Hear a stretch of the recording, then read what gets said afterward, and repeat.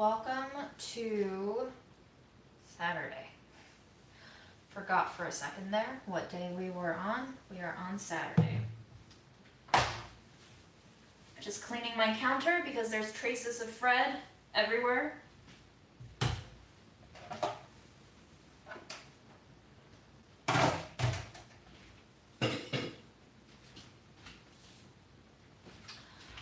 To everyone who tuned in tonight thinking that you're gonna see baking, you're not, but we will be making stuff with Dave, our very forgotten sourdough starter.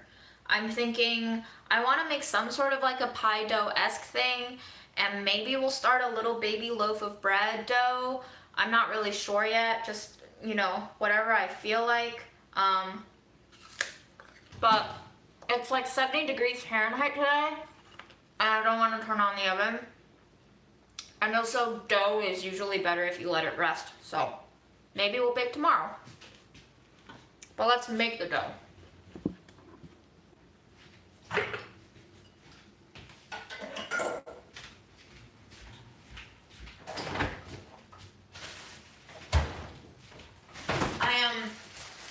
You might or might not know, I went into the Hearst Tower yesterday and I found some frozen fruit that has been in there who knows how long, but I took home some bags that were quote-unquote expired.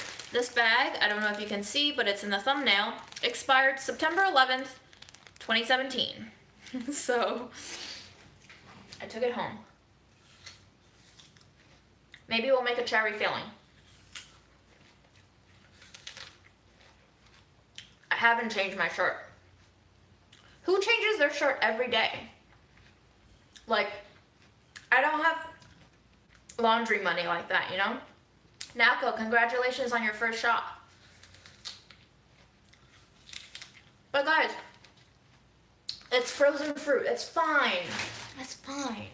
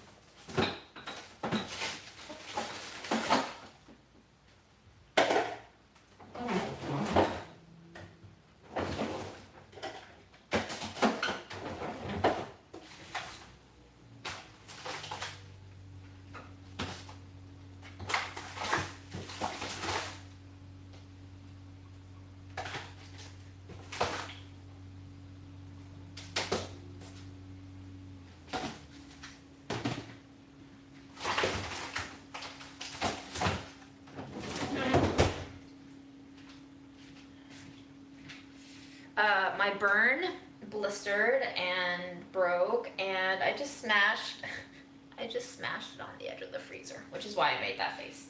It's all good, guys.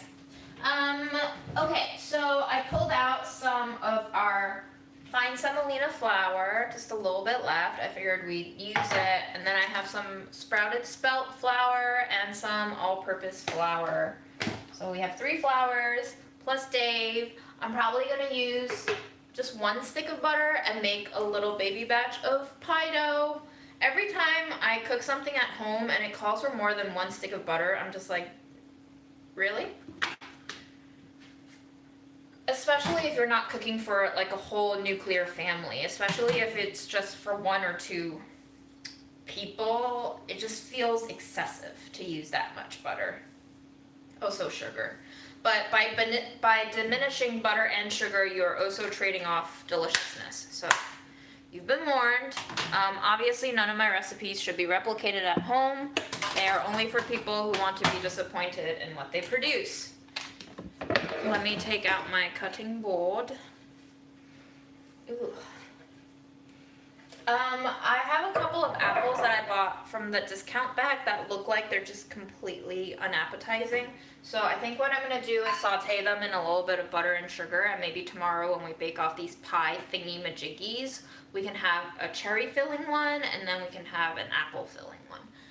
Let me turn on my laptop so I can see what y'all are saying. Fred and Aaron are in the other room. Fred, we subjected him to his little bath today, so he's like licking himself of the sulfur dip. We tried to kind of rub it off with a towel first so that he doesn't eat all of it as he licks himself, but you're also not supposed to dry him off because it's supposed to air dry on the body. Very complicated business, guys, taking care of a cat. Truly didn't know what I was signing up for, but here we are. He's still alive for now.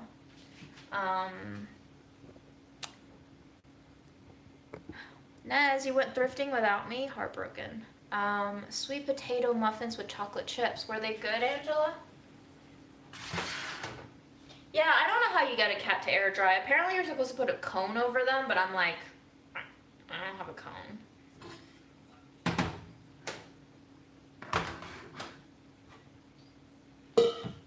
All right, so I'm gonna make some of my cherry filling, and I think what I'm gonna do is frozen fruit, especially old frozen fruit, can benefit from a little bit of lemon juice or lemon zest.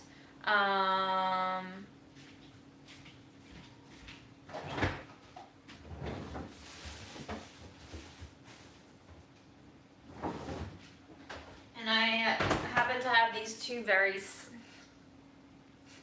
sad lemons.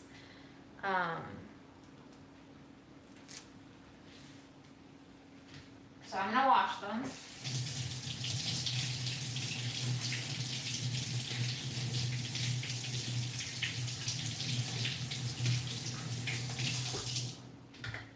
I'm gonna spray them with a little bit of my baking soda spray so we can use the zest without fearing like we have a shitload of pesticides on it, but we probably do anyway. I'm also gonna take out my apples.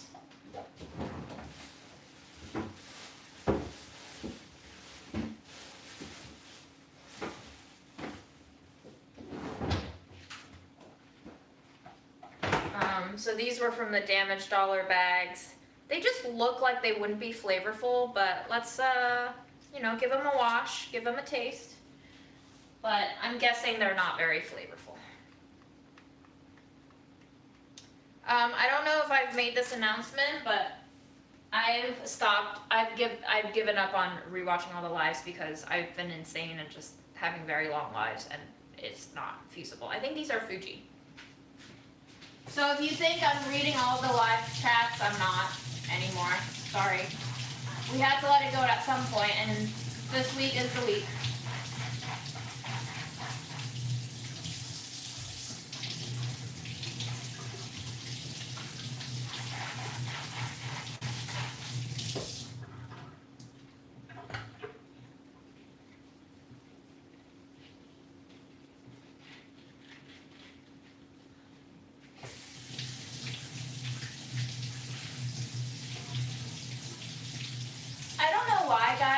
But weekend days are turning into very guilt-ridden days for me. I don't know if anybody else is experiencing this, but every time the weekend rolls around and there's this like looming idea of you're now free to go outside and do whatever the hell you want, I'm just like, but I don't want to, and I'm kind of tired, and I feel bad about not doing anything and not going outside. Like, I didn't go outside today, but what you gonna do?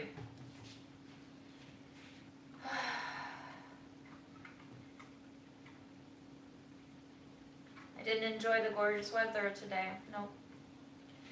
I think I need vacation too, Willie.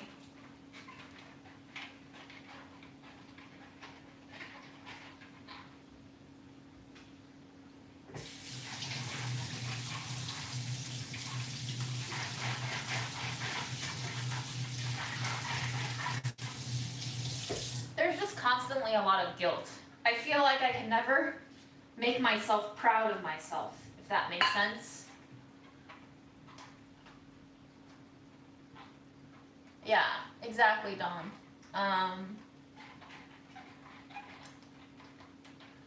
Oh, Jesse. Yep, that's happened to me so many times.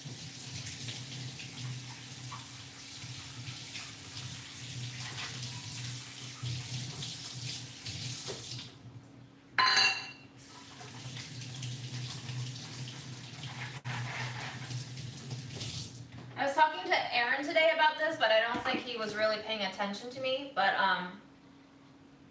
I've been thinking about the term intuitive eating a lot, and also mindful eating, and how it's come into like hype and trend to intuitively eat.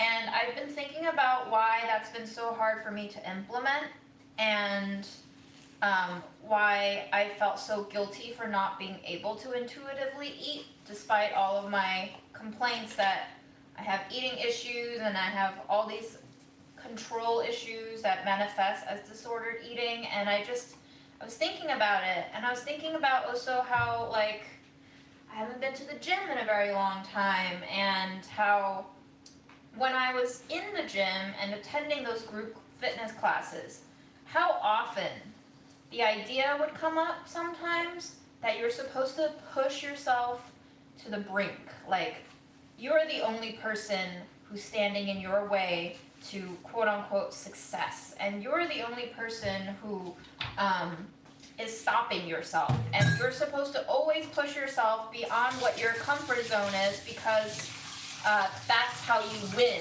you know, like that's how you achieve. And when we have a whole culture that's just like, don't listen to yourself and don't listen to your body, just keep pushing. Maybe that's why it's so hard to intuitively do anything. You're blaming past fitness class coaches? No, I'm blaming our entire culture of ignoring the body. And like making a habit out of always be achieving, always be winning.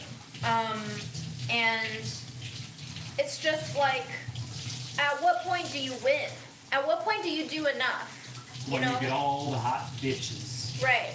And it's like, at what point do you stop and say to yourself, hey, that's good enough. Like, good job, you. I feel like never. Like, and then I was trying to see what I did today, and I like finally submitted my tax returns, paid the government money I didn't want to pay. I watched a movie. I cleaned the apartment with Aaron. Aaron bathed Fred, and it went swimmingly. And, you know, it's like, I did stuff. I just never feel like I did enough. And then I basically tried to patch up that feeling of incompetency and inadequacy elsewhere, and it's a losing game. You never win at that game. Excuse me. You didn't do enough? I never feel like I do enough. Have you tried wearing a pan as a hat? No, thank you. Okay. Maybe you could try. Okay.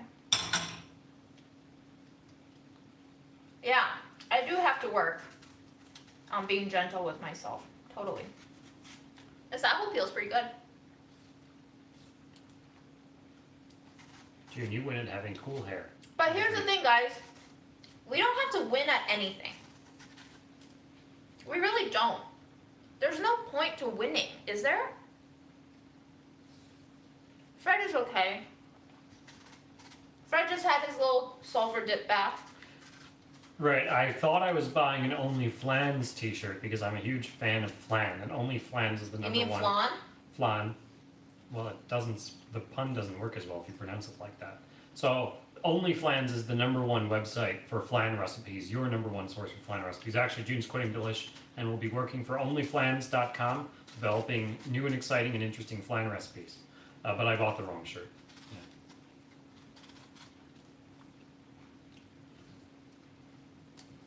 Naz is going to start an OnlyFlans. I'll watch it. Yeah.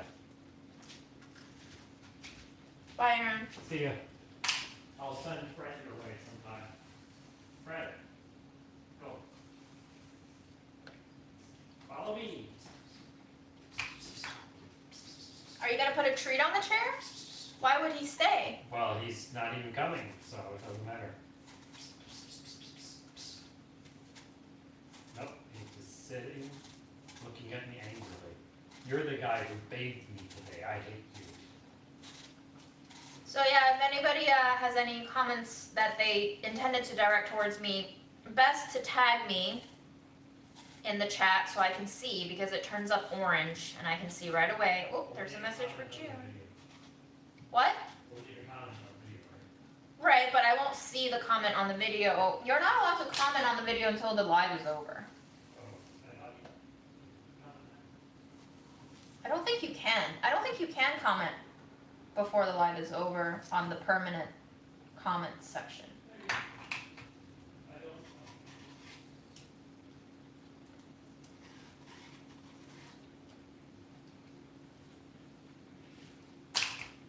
This apple is quite flavorless.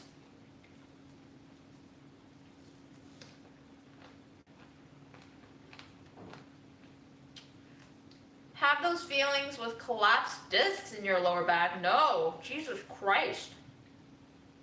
Do you have a history of back problems? Jesus. I recommend rinsing your veggies and fruits as much as possible.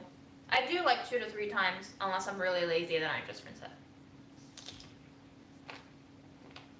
Food Heaven podcast?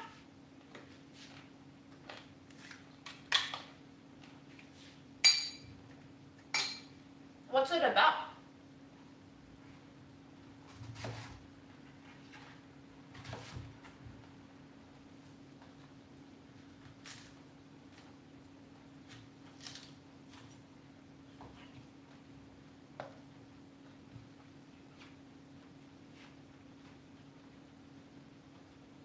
Apple is not mushy. It's quite crispy.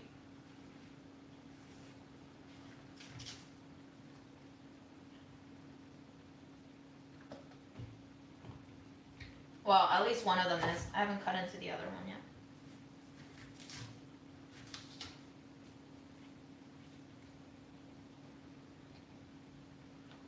Fuji tofu brain.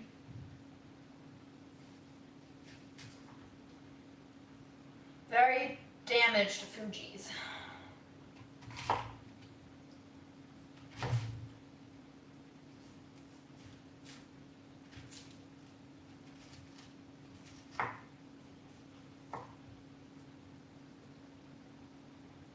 I feel like anyone who has experienced disorder eating in some way will always be managing it to some degree. I agree. I totally agree, Kathleen. 2 women of color who are RDs talk about intuitive eating and other wellness-related subjects. Ooh, that's very fun. Thank you, Biana. I might forget, though, honestly, if I'm honest with myself and you guys. If you want to DM me, like Instagram DM me, that'll be in my inbox, and then after I have my hands free, I will go bookmark it on Spotify or wherever. But thank you for the rec. That sounds very fun. I only listen to podcasts when I'm cleaning sometimes. How should we cut these apples?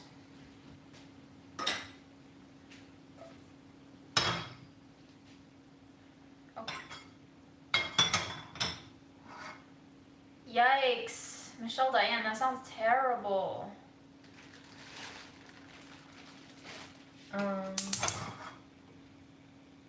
Alright, let's get a little bit of butter.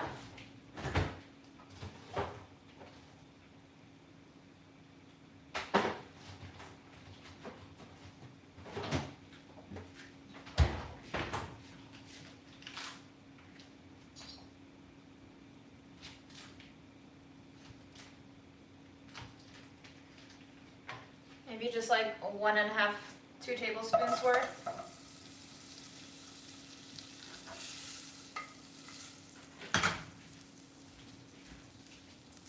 There's a very mysterious liquid on the counter and it's scaring me. Looked like cranberry juice. Not sure where that came from.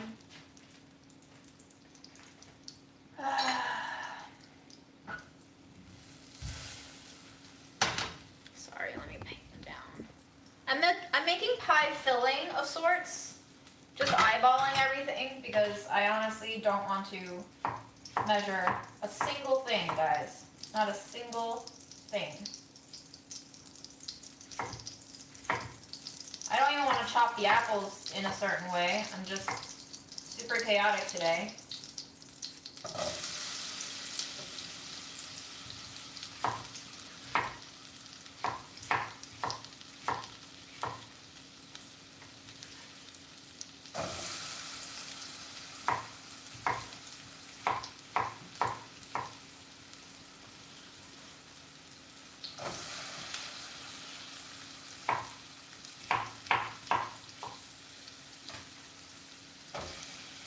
Yuca, butter with apples and sugar.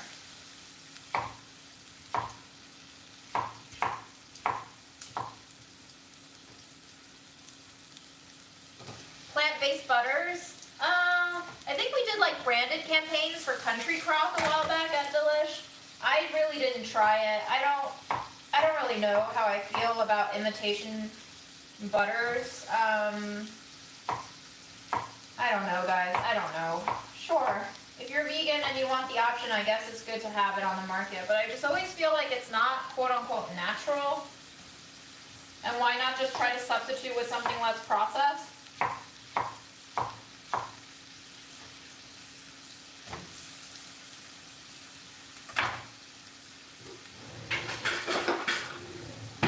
I'm going to zest this lemon a little bit before I cut into it.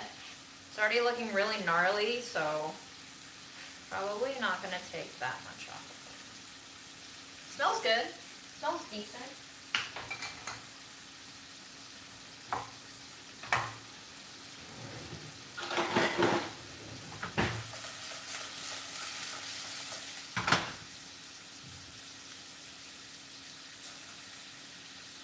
Juice of half a lemon going in.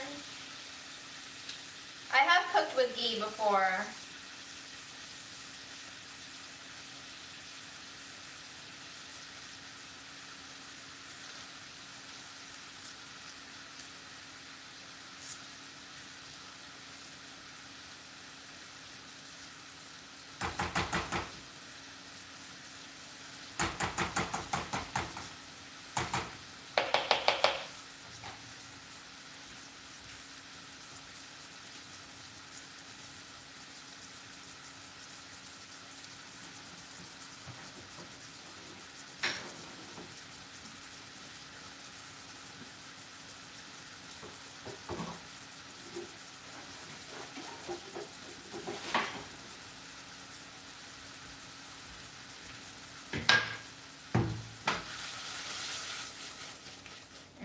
That smells good.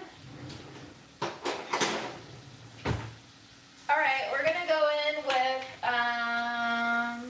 let's say 3 tablespoons of sugar.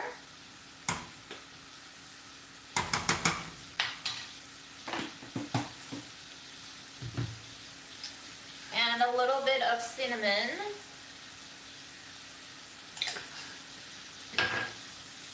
A splash of fake vanilla.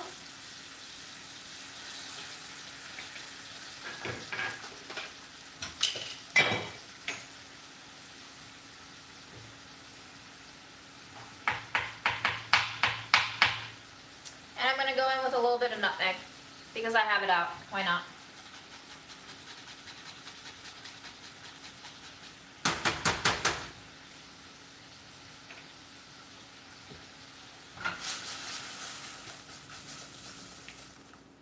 I think Nez gave me this shirt. What's a good cinnamon replacement? I don't know. Allspice, cloves are in that same family. You can't have cinnamon?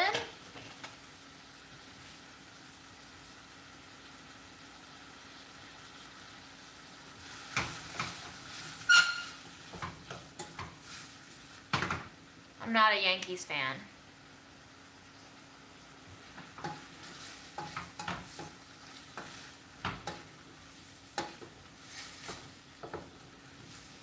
It's turning nice and glazy on the bottom of the pot. We'll just let that go a little bit longer. I don't want the apples to turn into mush because they'll get baked. I still want them to have like a slight bit of crisp on the inside. So I like to just go until the sugar and the butter and the apple juice are kind of a little bit syrupy and thick. And then I'll hit it with a little bit of cornstarch. Rosie, I'm not really much of a baseball fan. I still don't know how to pick, but I always go with the underdog. So if I have to choose between Yankees and Mets, yes. Christina, I would say it really depends on what kind of food calls for the cinnamon. Like some savory recipes call for cinnamon, then you can just probably sub in some a little bit of nutmeg, cloves, allspice, whatever you like. You have to figure out what spices you like first, because if you're substituting cinnamon with another spice profile, you might as well substitute it with something that you like. So go ahead and give the spices a taste.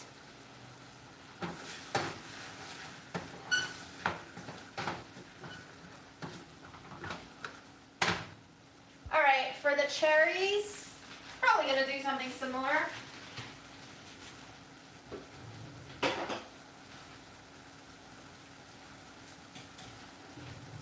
I might not use all of the cherries, honestly. This bag is a pound.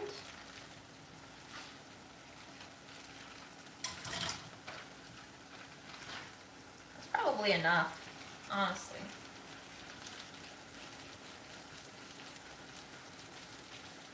Man, they look really frostbitten, guys. Like, rough, rough.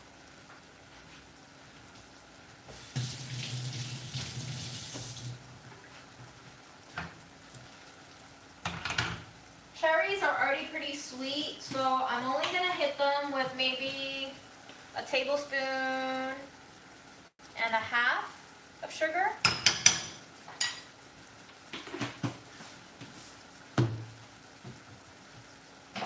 I'm gonna go in with a little pinch of salt in each of these. Turn that back burner on.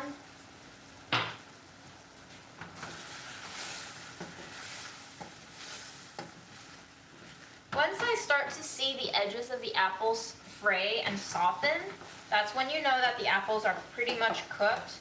And that's when I'll take it off the heat and I'll try to sift a little bit of cornstarch over the mixture. And I'll let it cool.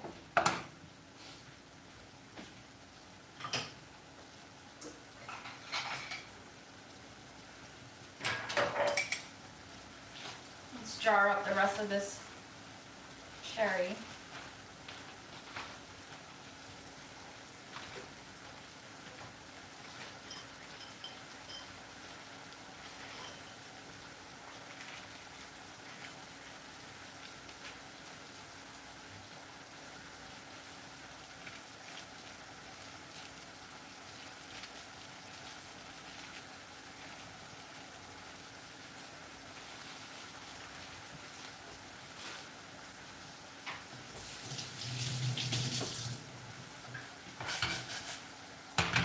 I'm also going to squeeze a little bit of lemon juice in the cherries to perk up that flavor.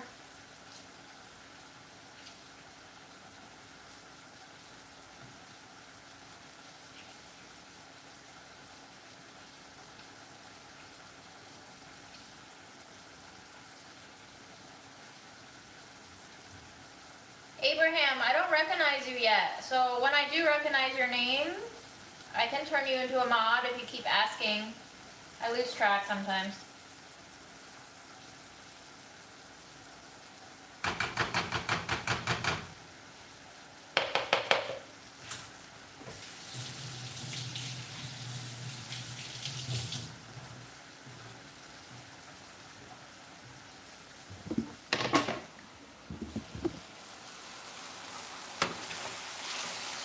That's starting to look really nice. Really glazy, really thick.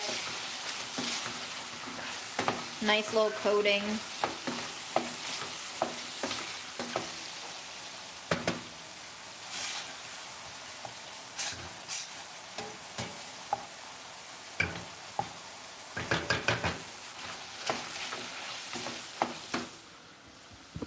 I say it's time that we give that apple a taste.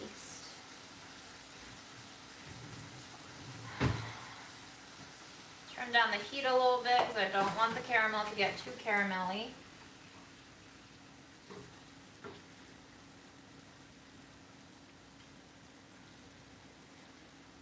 Ooh, Hainanese chicken with MSG, yum.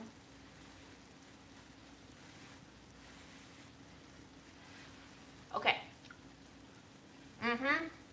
That's good. Yum. Nice and sweet. Maybe a little too buttery. Just a little more lemon juice.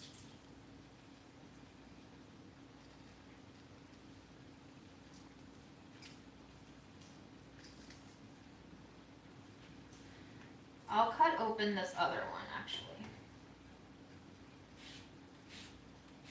But you gotta zest it first. If you don't zest it first, it's hard to zest later after it's been cut. You can also use the zest and put it in a Ziploc bag or a jar, and you can smush some sugar with it and it'll flavor your sugar into this delightful lemony concoction.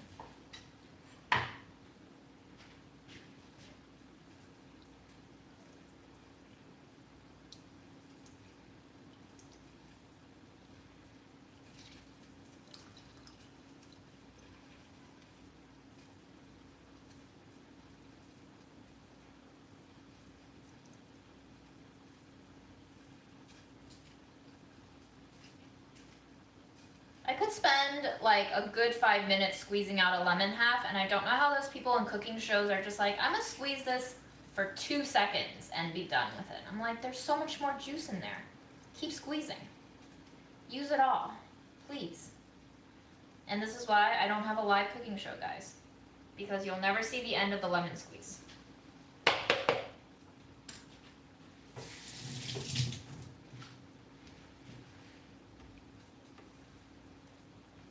Pensie's spices, I have not. Do you recommend? I have taken my vitamins, Alima. Thank you.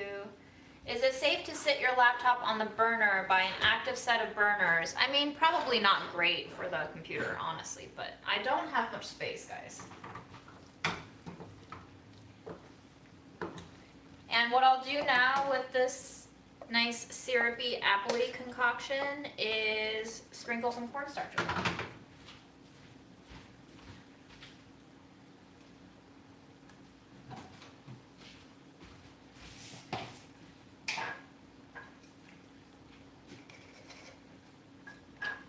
Just like a half tablespoon.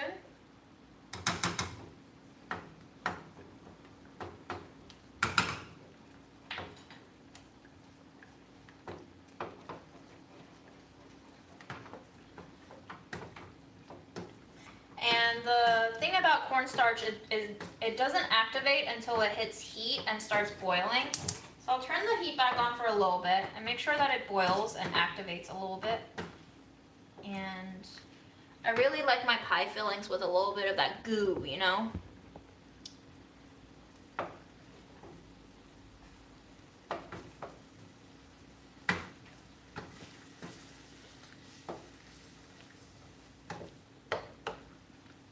Del, your dog doesn't like apple core? Maybe your dog can sense the cyanide. Nice and gooey. I don't know if you can see this, but it's turning shiny, it's turning thick, and after it cools, it'll set even more, so we're good. I'm happy with that. As for the cherries, they are bubbling away.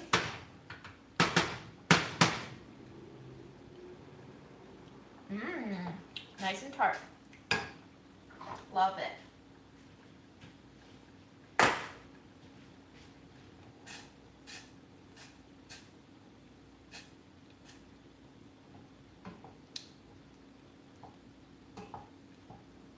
For the cherries, I'm gonna go until about the same visual effect happens as you saw happen with the apples. I want that juiciness of the cherries to turn into more of a syrupiness. Right now it's pretty sloshy and very soupy. So we're just gonna wait for that to thicken up a little bit before we add in our cornstarch. Also, it would be a good time to taste it then. Alright, frozen cherries going back in.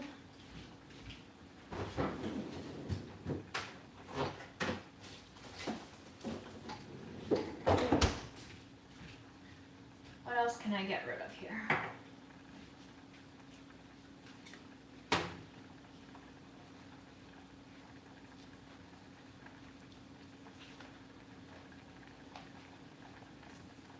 I find that if you have a lackluster apple, squeezing a little bit of lemon juice really helps. Very pleasant.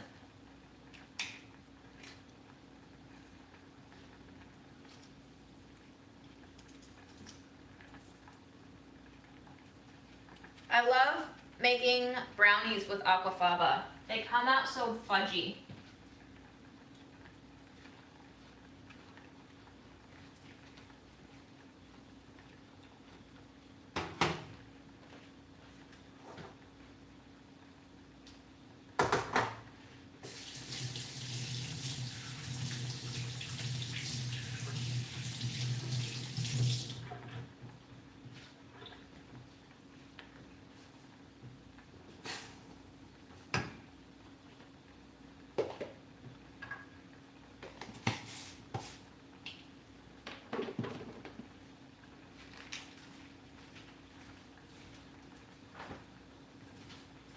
You know what, guys? I'm gonna plop a half tablespoon of butter into the cherries as well. Butter never hurts.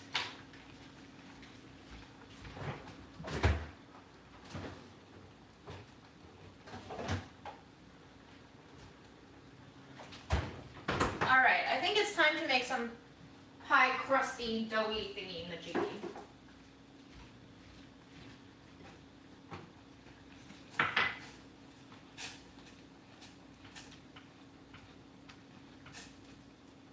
You add the aquafaba like you add any other wet things. Or you can whip it up into like an egg white meringue and then fold it in.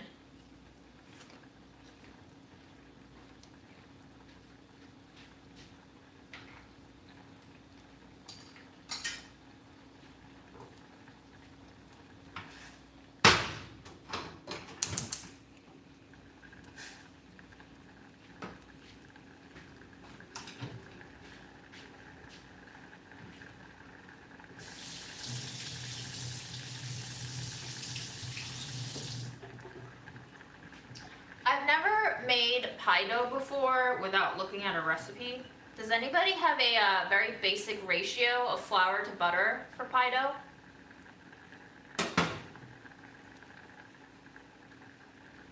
I don't have any recommended vanilla cake recipes. I very rarely make cake.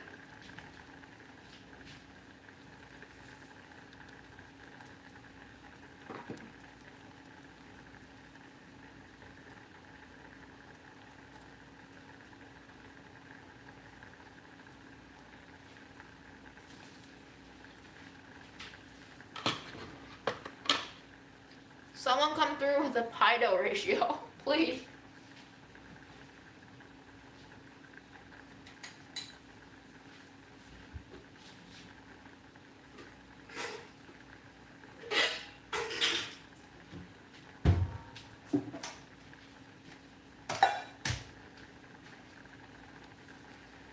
Three, two, one. 3 flour, 2 butter, 1.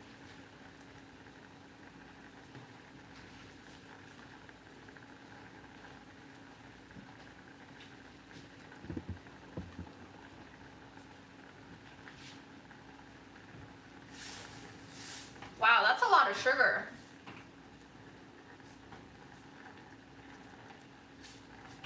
Fred, they say hi. Do you want to say hi? Oh, 1 part liquid. Gotcha.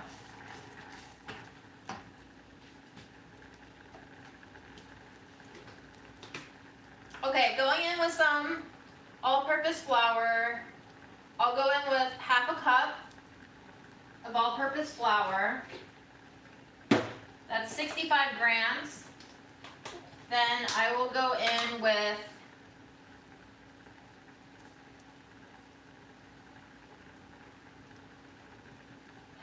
cup of spelt flour, about 60 grams or 55 grams. And then I'll go in with a little bit of fine semolina, 30 grams, so about a quarter cup. And then I'll go in with some salt,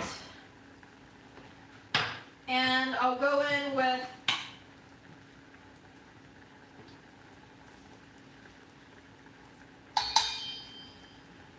I want it a little bit sweet, so 2 tablespoons of sugar.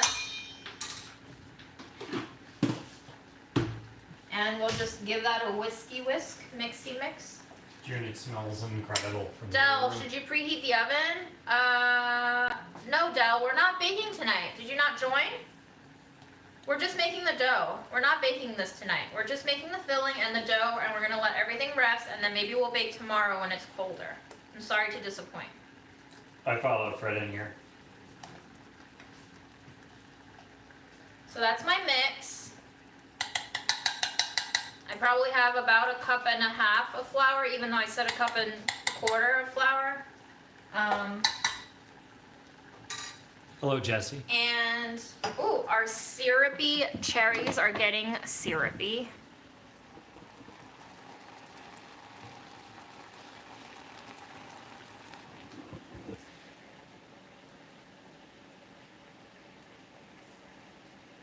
Well, I was going to show you cherries. Sorry, guys. I'm going to turn this down a little bit because it's burning the sides of my very thin pot. But it is getting nice and syrupy, which we love. I'm going to let that go a little bit longer. There's the cat. Bye, cat.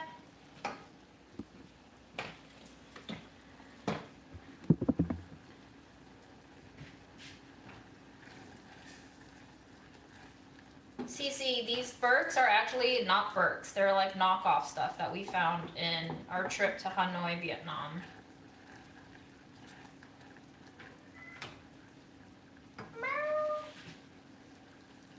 Okay, I'm gonna be a little weirdo and I'm gonna put like, I don't know, a teaspoon of lemon zest into our pie dough. And I've learned to never cook citrus zest. Their flavor turns so weird. Always add them after the heat is off. So then I'm going to add a little pinch to our apple, just a little pinch, because they will get baked again, you know, so they're gonna cook again. So I don't really want that flavor. Mix it in, distribute it. My God, that's a lot of butter. Thank you, Aline.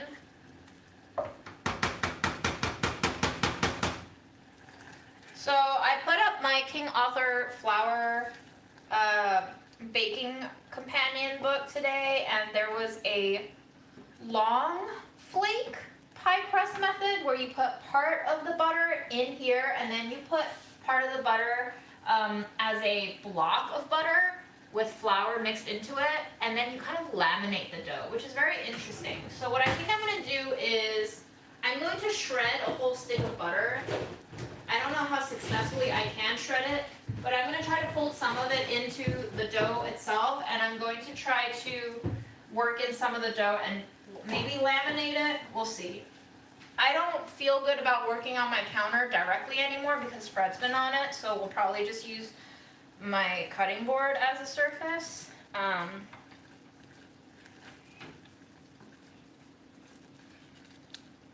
You're a kid? Today's games? Welcome, kid. We love to see people of all ages turn up here. We don't discriminate and we welcome all. It's nice and glazy, guys. No more swears, June. What? No more swears. No, kid, you're gonna have to get used to swears. I'm gonna put in half a tablespoon of cornstarch. We're gonna mix. Try to get all the nuggets out of there. One really good way to eliminate nuggets and cornstarch is to take out some of your liquid and mix it with the cornstarch until it's fully smooth, and then dump it into your main compartment. But you know, I'm lazy. What you gonna do to me? There you go. Ta-da! We'll let that cool off a little bit and then we'll put in our lemon zest. Baby pies. Very cool. Okay. Let's get shreddy.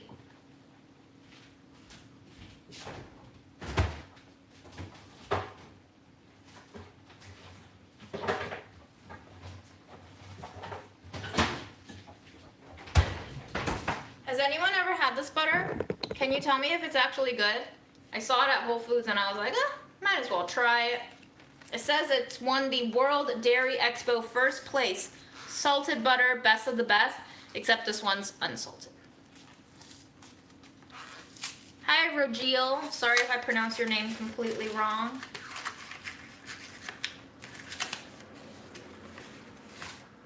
Ooh, look at that fancy packaging, girl.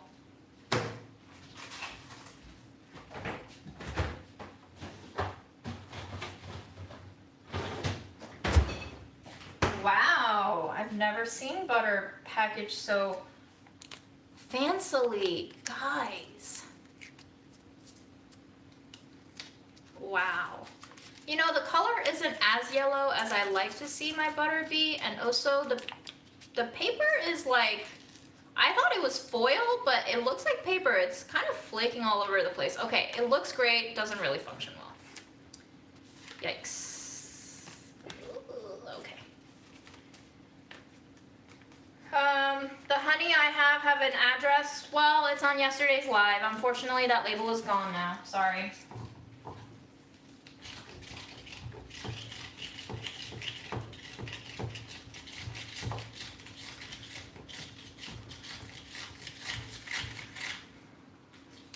Grating butter is always a risky business, guys. Practice caution, go slow. I recommend wearing a glove, but you know, I never do take my own advice, so.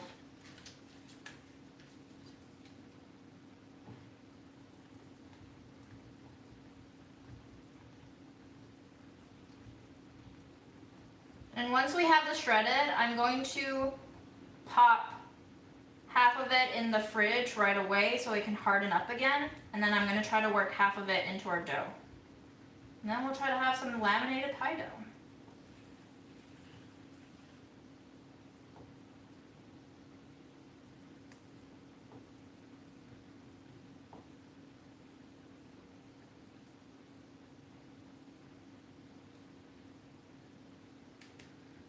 One thing that I really hate about grating butter is so much of it gets stuck on the grater and I feel like I'm wasting really good butter. So I'm going to try to get a lot of it off, and whatever I don't get off, I'll just keep swiping at it until it comes off into our dough.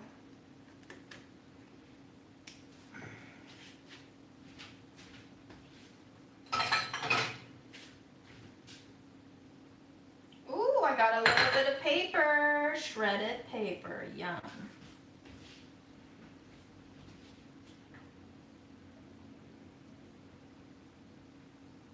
Okay. Oh wow, more paper. I don't think I shredded, guys. I think it was just because the paper broke off in the butter and then I didn't catch it. But okay, we're gonna fridge half of this butter.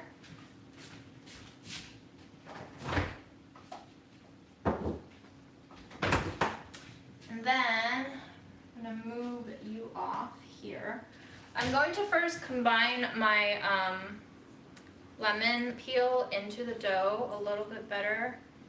Spray oil on the grater. Yeah, that's a good idea, although it might make it more slippery and I might miss some skin. Bye, Cece. Say hi to your cats for me.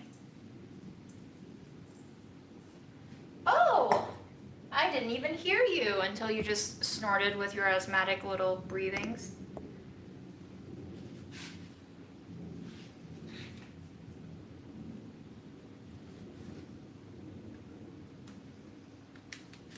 I don't know if you guys can hear him, but his breathing is very labored.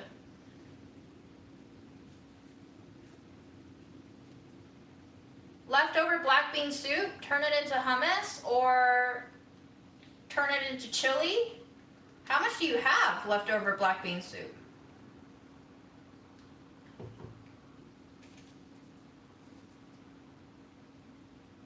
Why is there paper everywhere in this butter? Jesus Christ. Yikes. Alright, butter going in. It is currently melting on my board. I'm a mess. Should have seen this coming.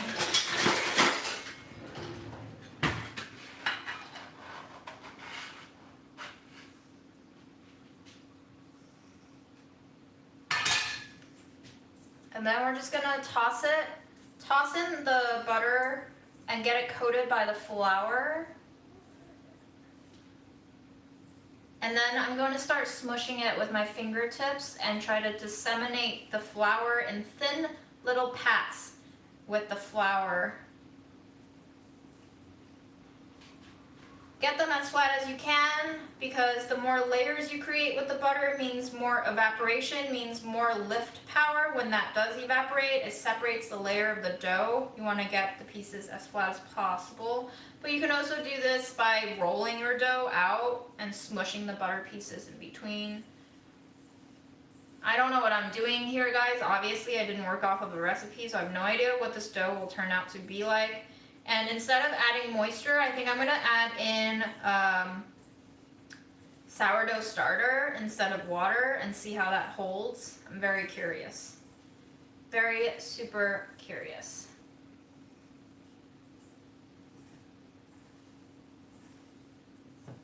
Fred Fayan says hi to you. Are you going to say hi back?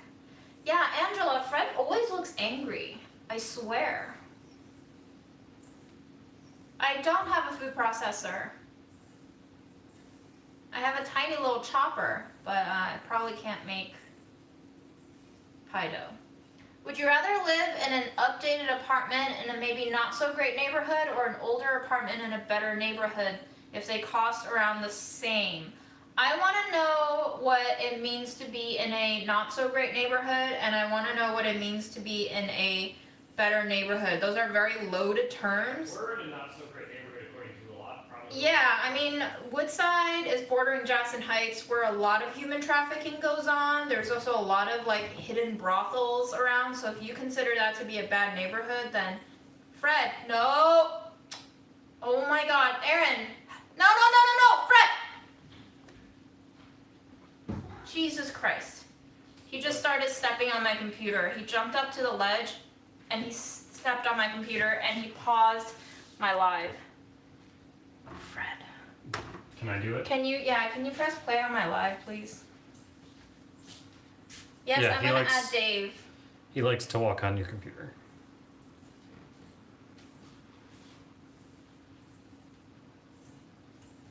He wants your attention, says Rusty.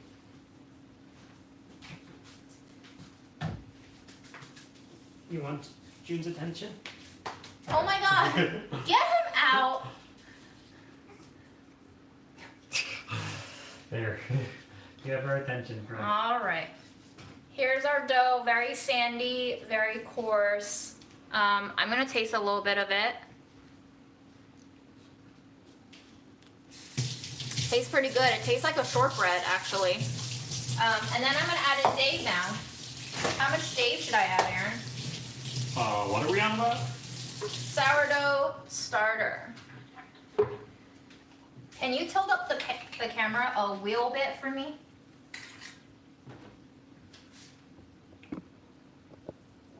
But Fred's down there. I went in with 60 grams of Dave. 60 grams of Dave. Should I use 60 grams of Fred? Do you want the camera up more? Oh my God, Fred. You want to give him pets, Aaron? I feel like he wants pets.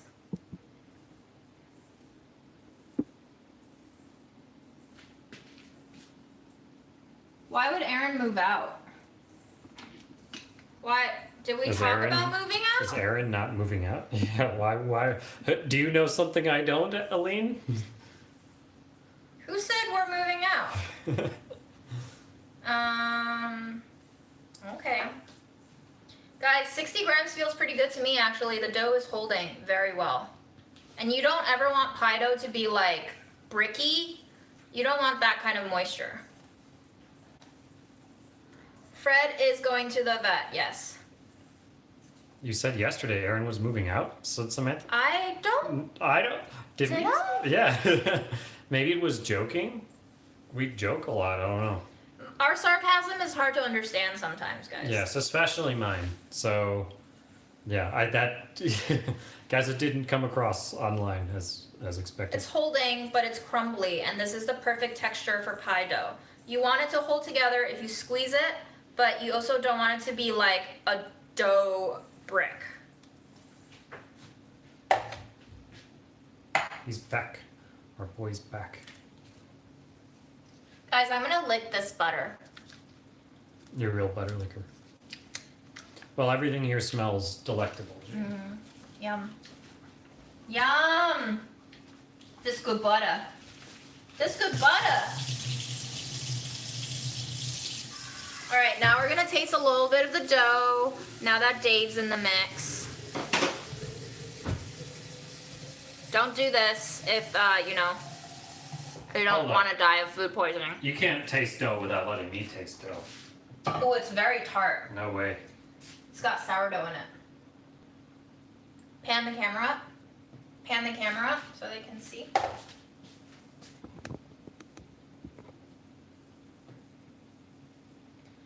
I don't know vegan alternative for butter and pie dough.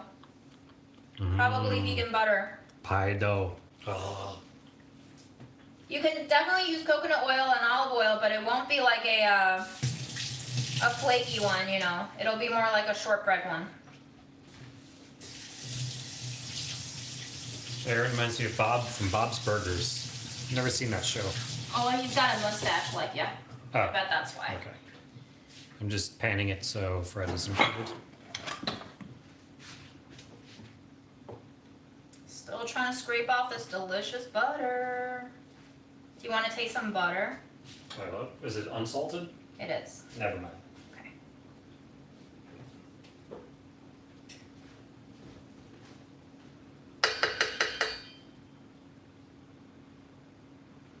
This spatula is amazing, guys. I love it so dearly.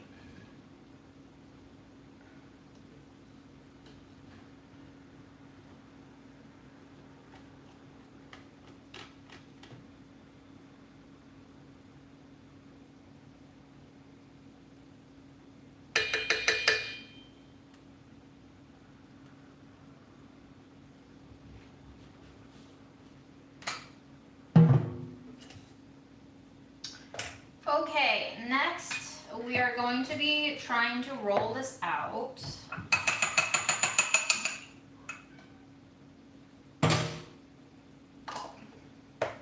Dave is going to go back into hibernation. Well, maybe I'll make some cracker dough. I don't know. It depends on how long you guys want to stick around. How much did you pay for the spatulas? I got them off of eBay. I think they're not cheap. They're like maybe $5 to $8 for a set of 2 sometimes. Sorry, 5 for 1, or like if you find a good price, it's 8 to 12 for a set of 2 on eBay. Meow. I don't know if I can taste the difference in good butter versus bad butter, to be honest.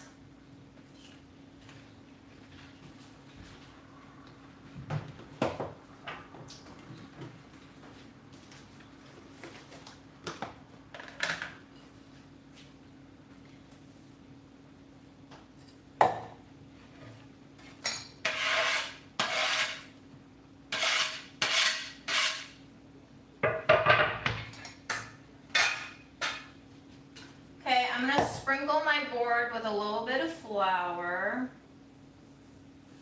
It's a little bit wet from lemon, so I'm trying to go a little bit on the safe side and get it more wet than rather have it stick. I'm gonna take out my dowel of a rolling pin.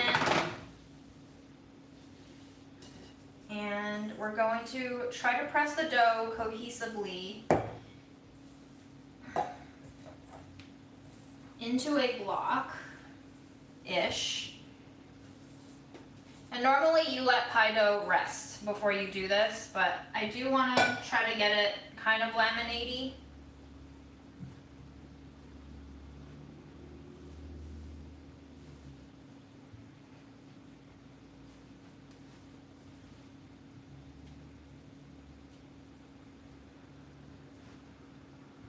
I was taught that you don't want to overwork biscuit and pie dough, but I was also so fascinated by the King Arthur long flake pie crust method that I saw in the book today. I'm like, how do you not overwork pie dough if you're literally rolling it out and laminating it? But, you know, croissants get made this way.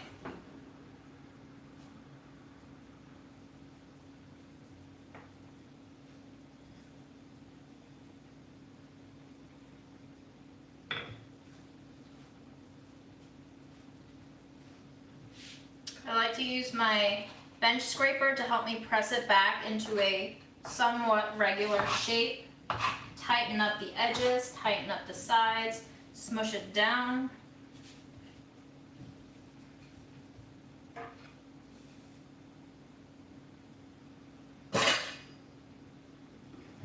I really hate baking pies and working with bread doughs that require counter space because it's just so impossible to do in this little tiny kitchen sometimes. You have like croissant making processes that require like 4 feet of counter space, and I'm like, where do I find that? Where?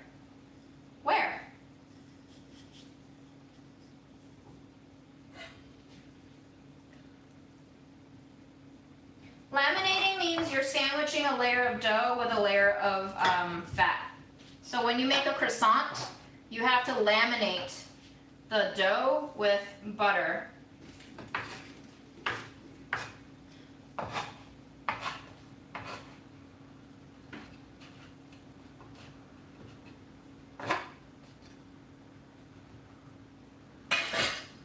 Pretty extensive process that usually requires chilling the dough, sandwiching the dough with butter, and then chilling it again, folding it over and over again. And usually bakeries that offer croissants, especially on a bigger scale, have laminators, sheeters, where machines just roll out the dough, fold the butter in, and complete that lamination for you. There are still good old small scale bakeries that do it by hand though. And I'm by no means good at it, guys. Find cutting boards that would fit into my stove. I still would have to deal with like flour and sugar falling everywhere, and I just don't want to deal with that shit, man. Okay, I'm going to layer the butter over 2/3 of the dough as evenly as I can in a single layer. Wow, finding more paper in here. I wouldn't be surprised if our pie dough ends up with paper.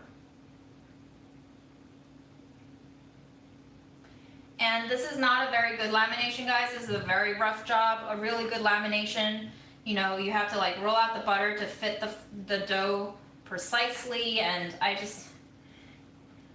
don't have the attention span or the time or the dedication or the desire to do that. So we're just roughing it the whole way, and we're just taking shortcuts. Might end up biting us in the butt, but like, I'm used to it. Used to my butt getting bit.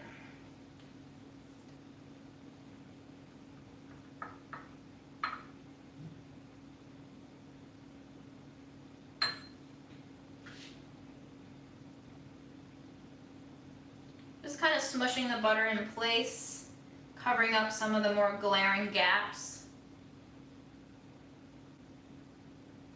Okay, and then we start folding it.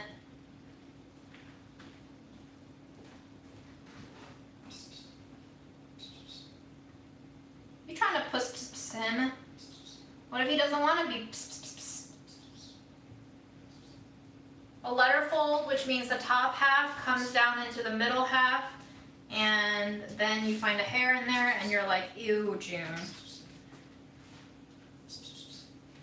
Sorry guys, that was really disgusting. What? I found a hair in the dough. Oh. You looked in and then decided against it. And then if you see that you made your fold kind of over and you don't have enough of a third to fold over, I just kind of press the dough out to make it fit. And then I just do my best.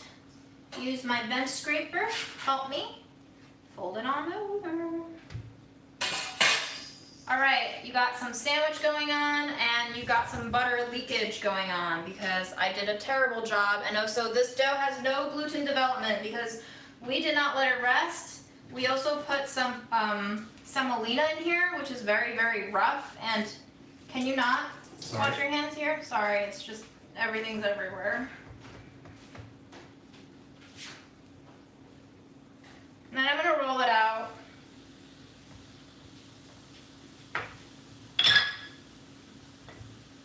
And I'm gonna try to fold it again in thirds.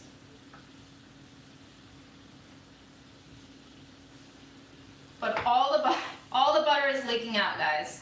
This is not the way to make pie dough. Please do not replicate this at home. I said this at the very beginning. This is a terrible non-recipe that you should not replicate at home. This is still really useful because now you guys know what not to do. Yeah, can you bring the camera closer? The butter is literally all over the place. It's just oozing. Waiting for it to update on the screen to see what it looks like. Yeah, this is what you don't want happening. You don't want your butter to leak out. Why did it leak? What's the cause of the leak? I didn't let the dough rest, and the dough has very low gluten because we use spelt, which has bran in it, which inhibits gluten development, and we also use semolina, which also inhibits gluten development. So the dough was weak to start with. We didn't let it hydrate and rest, and we worked with it too soon, and now it's cracking. So now I have to fridge it before we work on it anymore. Okay, you can pull it away. Okay. Thank you.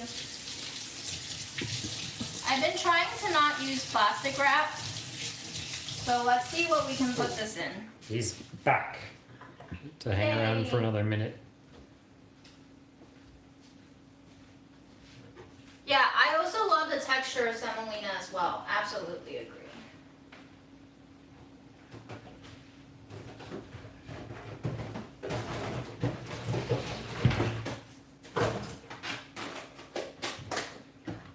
We're just gonna put it in this box and we're gonna hope it doesn't dry out, but it probably will dry out, but it doesn't matter. I just don't want to use plastic wrap.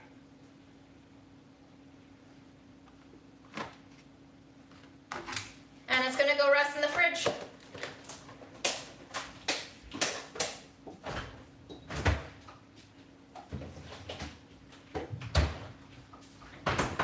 Okay, one dough down. Should we make some sourdough crackers, or are you guys tired? Or should we make cracker dough or bread dough?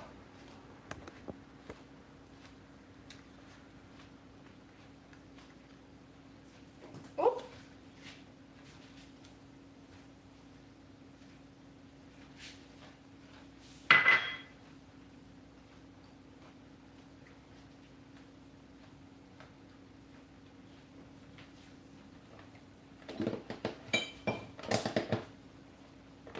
Your boyfriend is asleep right now. What should you do? Draw a penis on his face. Bread dough? Bread dough? Del, you're baking this thing tonight? Good luck.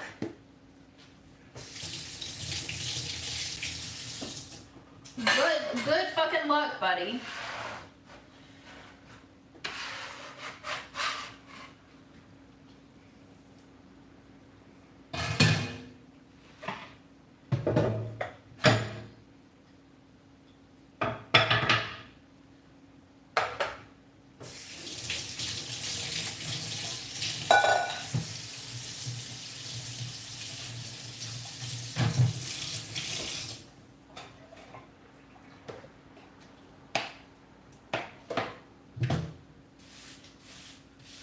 Milk bread, make cheese crackers? those sound too addictive. But also, I like eating my cheese too much to make them into crackers. Good suggestions.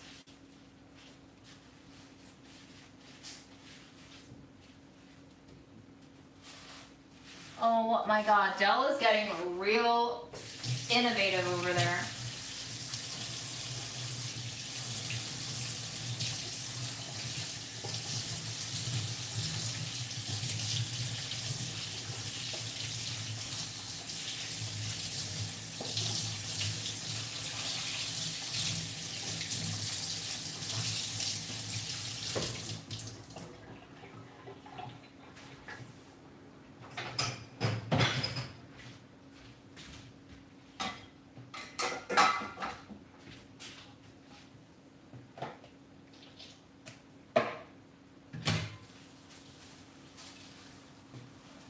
Maybe, I don't know if I have dried herbs. How did you decide on pastry cook? I didn't. I just fell into it.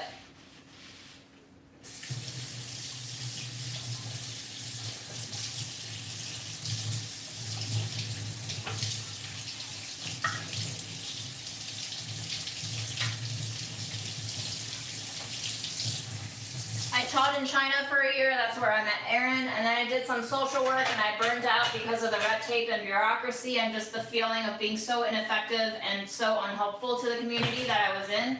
And then I was like, well, I guess I should try out food, and that's when I started looking for kitchen jobs. And the second place that I worked in stuck me as the sole pastry production and line cook. Actually, I wasn't the sole pastry line cook, but I was the sole pastry production cook. And I was such a newbie, and I don't know why that happened, but ever since then, my food trajectory was just always in pastry.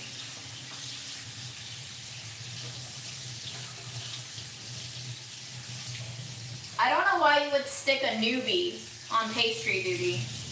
I had absolutely no experience making pastry.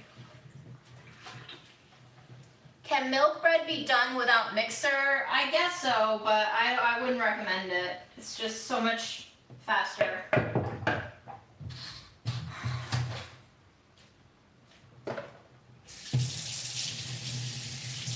The thing with making all breads is you want gluten development, which happens two ways. One is through working the dough and agitating it and developing the protein content in it. And two is giving it time and mixing it with water and letting that process take care of itself, because when you introduce water into flour, that starts creating gluten. But also fat and sugar interfere with gluten development. So if you have stuff like milk in your milk bread recipe, that will interfere with stuff. Okay, if we make sourdough bread, we should probably let the flours hydrate before we add the starter, a little bit, at least a little bit. So why don't we do this?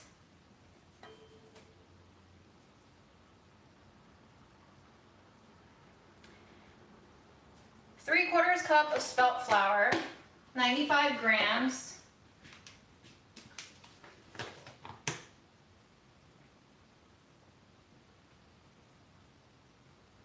Three-quarters cup of all-purpose flour, 97 grams, thereabouts.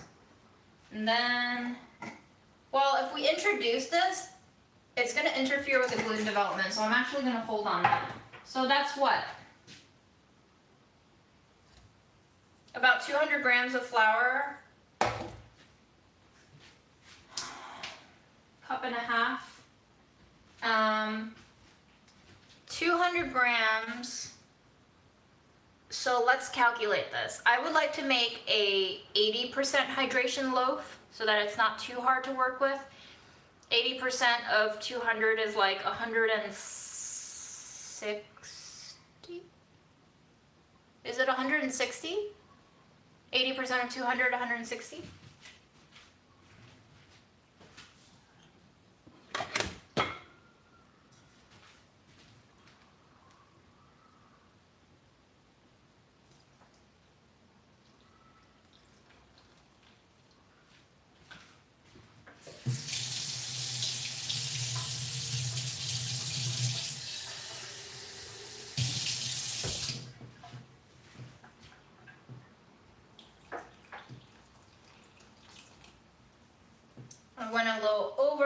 standard, so we're probably over 80% hydration. That's what it looks like.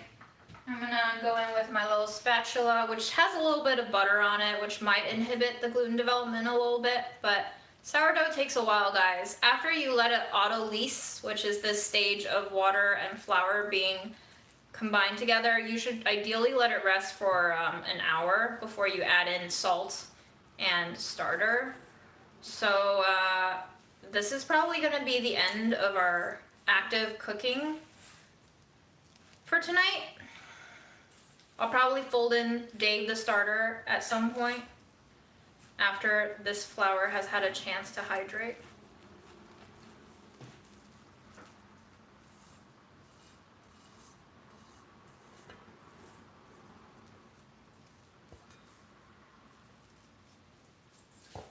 But now we can just chat if you want to stick around. Otherwise, tune back in tomorrow, maybe, if you want to see what happens with our pie dough and our bread dough.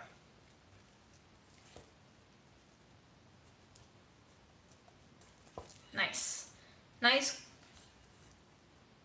Nice moist dough.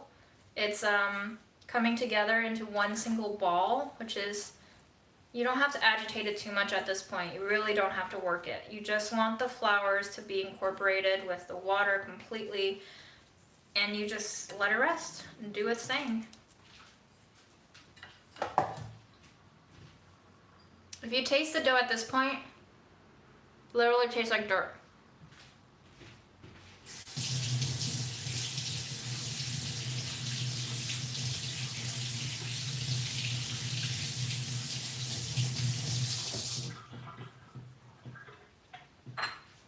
I think I'm gonna package up our cherry and apple filling. Let's look at questions. How can baking be less intimidating to me? Lower your standards, bake more, practice, and eat all of your mistakes.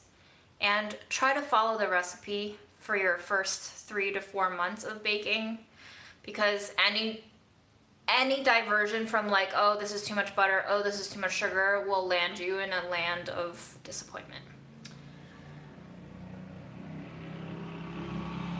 No, I'm not doing my crazy 40-step recipe, but maybe I am.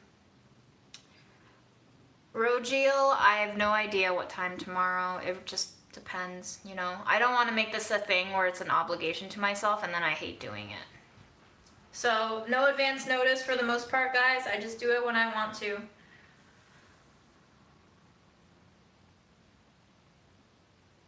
Would you prefer cooking or baking? Why choose? Why would you have me choose?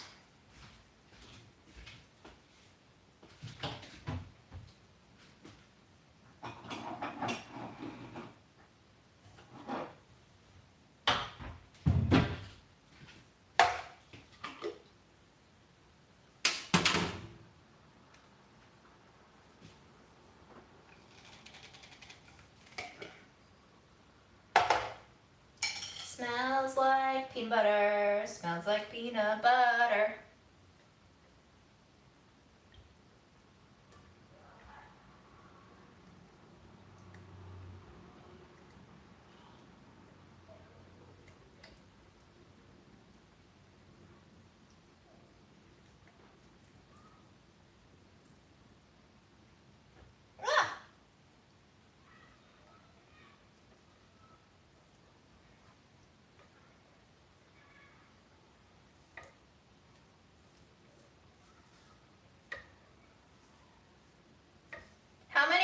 How many of you went on delish.com this week and clicked through our food waste pages and articles and saw that video that I did showing you guys how to cook broccoli stems and watermelon rinds and carrot and beet greens? Did anyone look at that video? I feel like most people don't know that I create video for Delish outside of YouTube.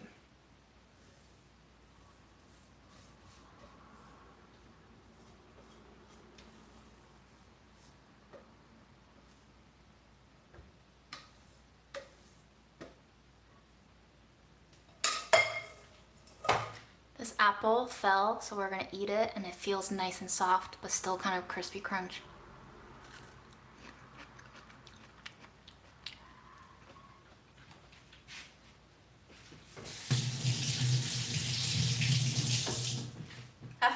pretty good, guys. Yeah, guys, delish.com. It's our website. I have so many hosted cooking videos on there that you do not know exist.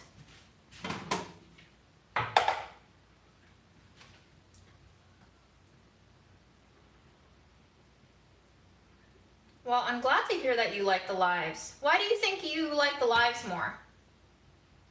I would love to know.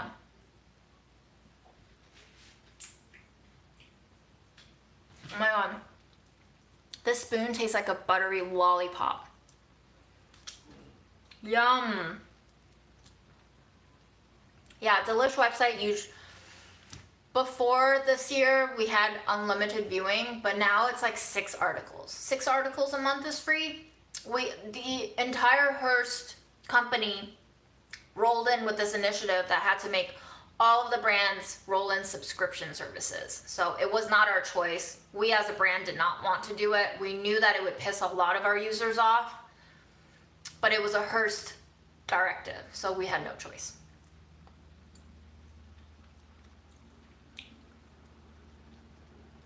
Wait, this is so good. I know I'm just licking a very stained wooden spoon, but there's like butter and sugar and cherry liquid on here, and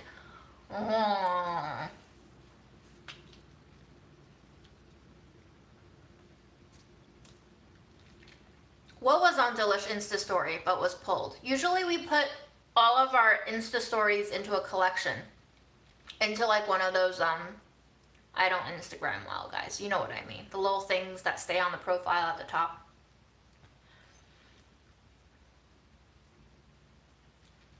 We've been assured that readership hasn't gone down, but I cannot understand how readership has not gone down. Who knows? Who knows? Who knows? I like blueberry pie more than I like cherry pie. Bye, Yuka. Thank you for coming.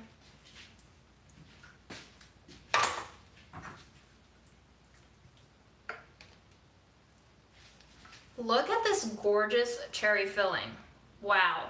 It looks so silky.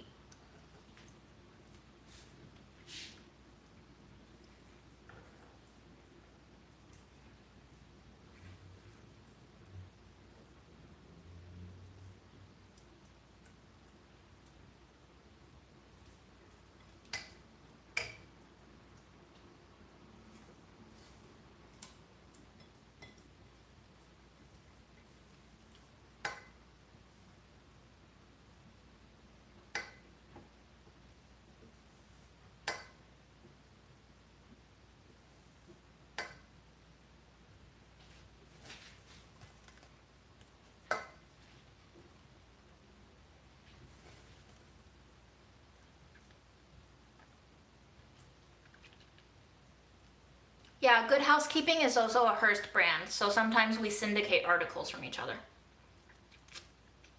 I'm planning on making pies of some sort with this dough and these filling. I think it'll be tomorrow, but I'm not sure. Maybe I'll just bake first thing in the morning, who knows? Depends on how I wake up, you know? Like today I woke up and I was like, I just want to stay in bed. I really don't want to do anything. So if tomorrow's going to be like that, we'll see. But now that I have the dough made and it's just baking, you know, maybe it would be nice for Aaron to have sweet treats ready when he wakes up. So we'll see. I usually wake up by 9 to feed Fred, so.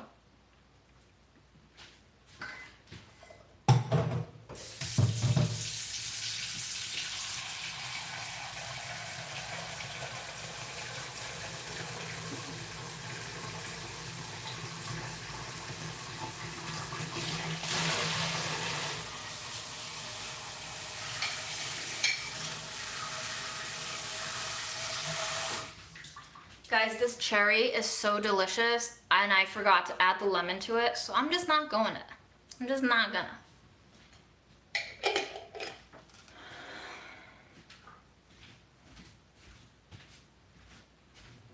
So we have some apple and some cherry for tomorrow.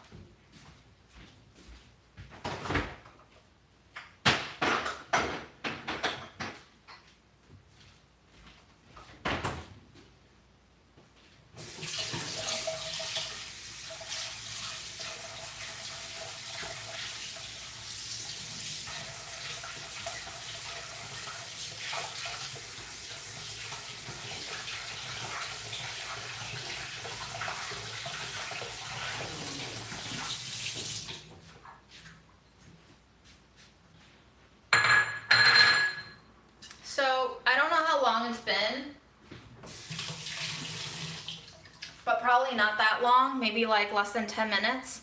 Let's just see how this dough is doing after just 10 minutes of resting together. And you can see that it's already starting to have some sort of like a cohesion that wasn't there before.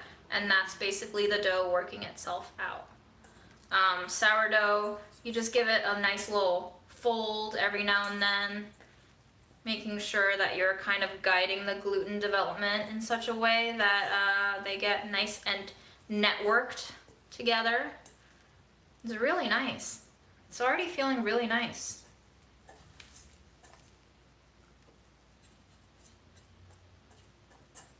Lovely.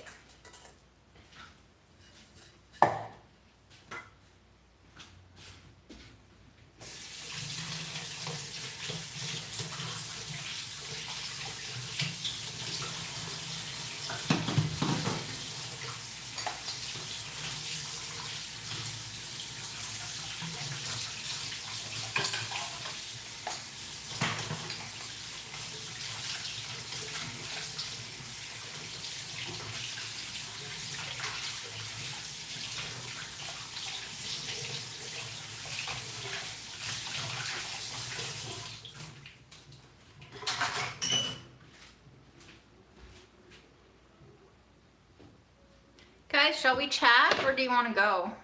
Whatever you guys want to do. I have no preference.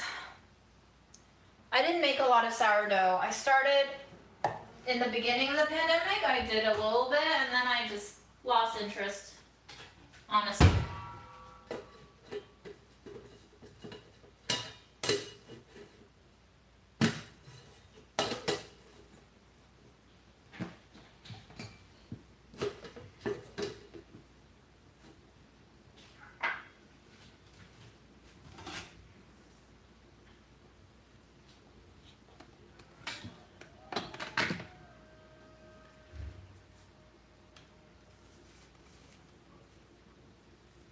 Well, you don't have to feed it every day.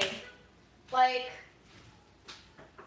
I've had Dave, we made Dave March 16th, it says here. So I haven't really fed him after building him up, and I haven't really used him. So we'll see if he's still alive or if he's just acidic, you know?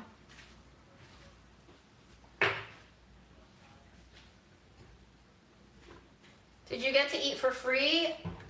No. But you get a discount as an employee.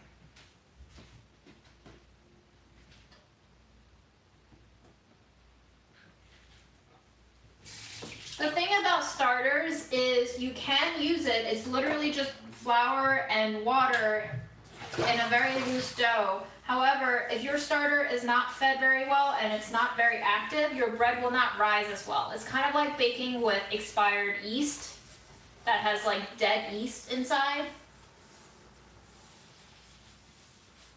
Phil! Goddamn, Phil!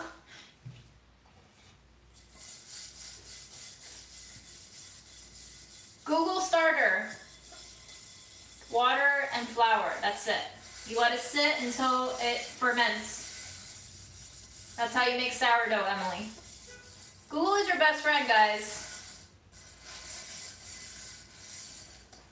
I saw a recipe for fried and braised boiled eggs. Fried? Interesting.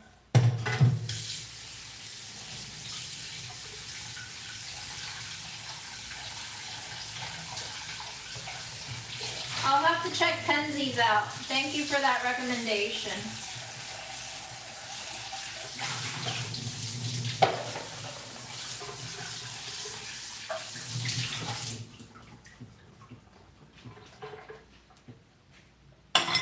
Fred is a sous chef. Aren't you, Fred?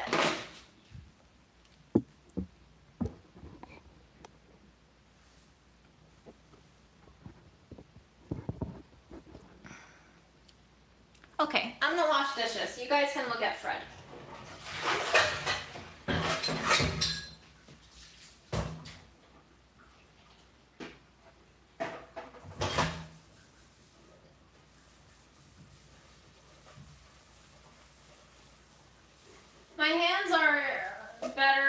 then not better.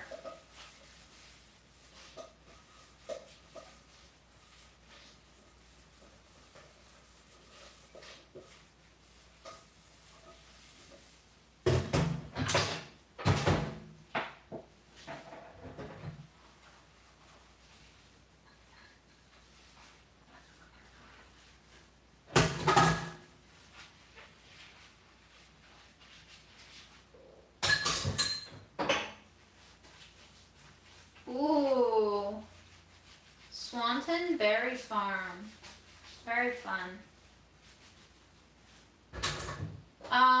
We just gave him a bath. We gave him a sulfur bath, maybe that's why he's looking scruffy. Or I think I should just really make salmon soup for him again. I think his fur looked really good after we fed him some salmon soup.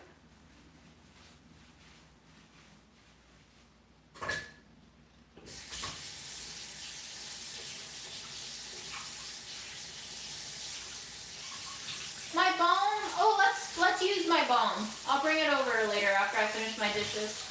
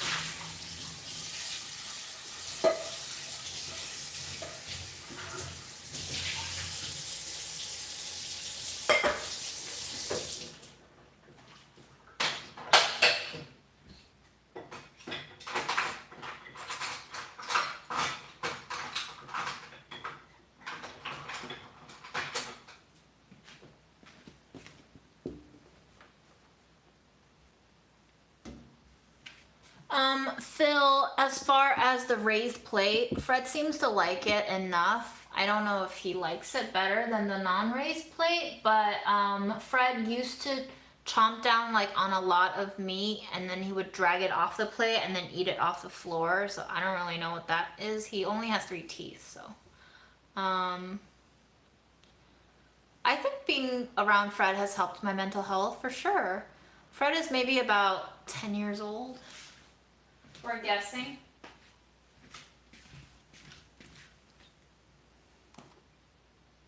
Here's the balm. Smells heavily of tea tree oil.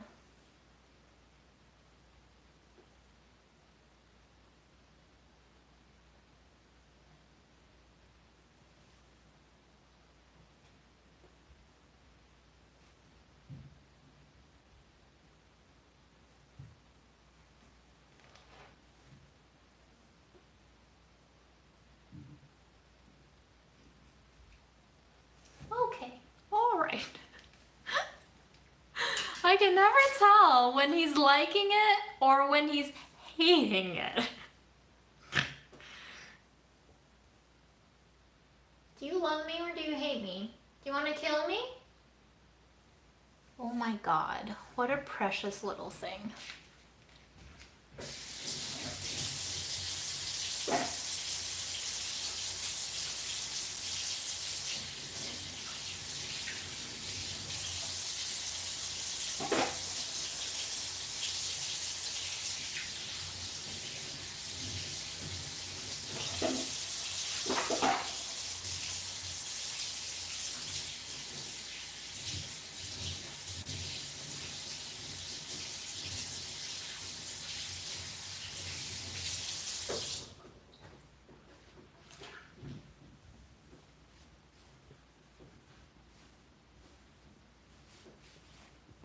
Well, Emily, I'm very happy to hear that these have been good for your mental health as well. Thank you all for being here, and let's try our balm, shall we? As you can see, it is set, but it is quite liquid looking. Oh yeah, It looks like Vaseline. I think there's too much honey content in there. I should have used more beeswax, guys. It feels nice though. Smells like tea tree.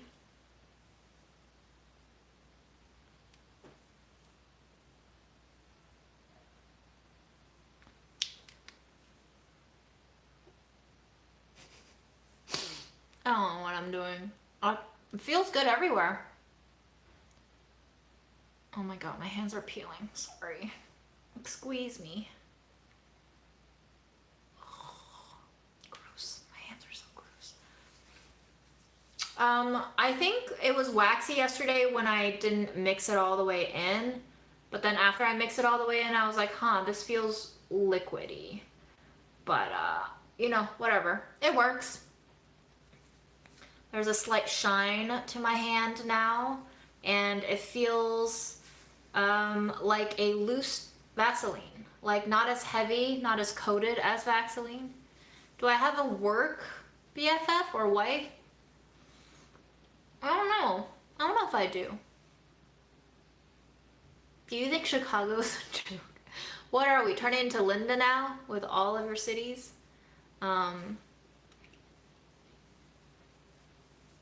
Yum. I don't really smell the walnut oil at all. It feels nice, guys. Feels really nice. Hi, Gianna. Yeah, Kansas. Where's Linda tonight? Linda, you here? I love tea tree oil because it gives you a slight, like, mintiness. Nothing's new in my life. Pretty boring. My joints, I guess I have, like, some kind of joint issues, too, throughout my body. I have lots of issues, guys. Lots of issues.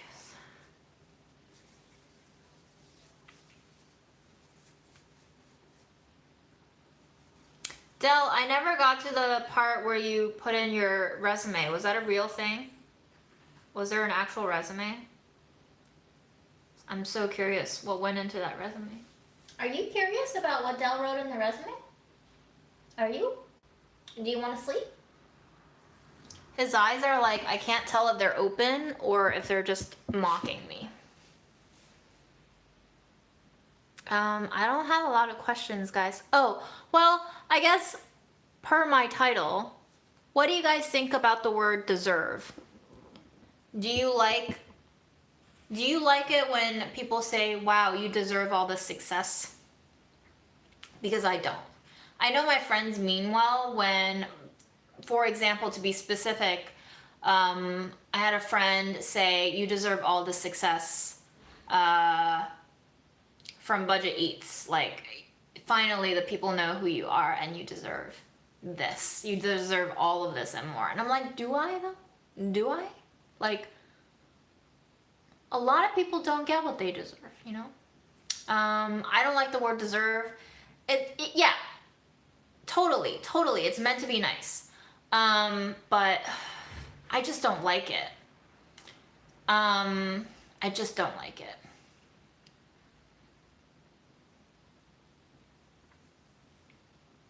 I think deserve. Yeah. Do you think that has to do with your depression? Hard to say. The thing about hard work is it's all connected with this culture of productivity, and hard work is good, right? It's like a very Protestant work ethic thing.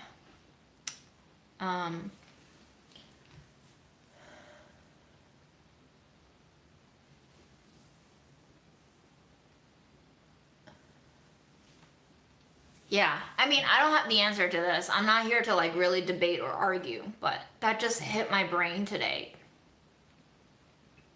Again, I feel like I've talked about this word before, but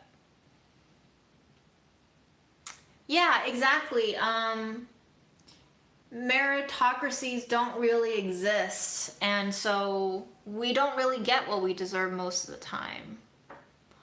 Earned, yeah, maybe better, but also it just makes me think of like how all the income differences between CEOs and janitors at the same company, like, are you really doing that much more work to deserve that much more money? And so earned is a very twisted concept to me too.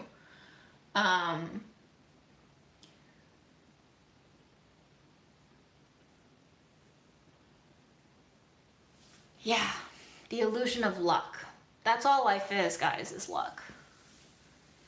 I guess recognize. Recognize would be a more accurate word for me, I think. I like recognize a lot more.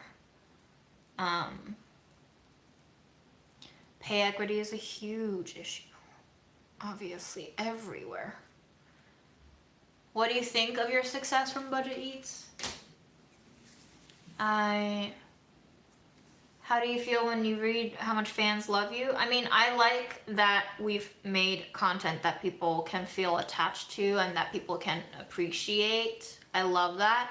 I love that people seem to like who I am, I guess, a lot more than who I was in the test kitchen, which was kind of molded by others' expectations and kind of formulaic presentation and predictable content.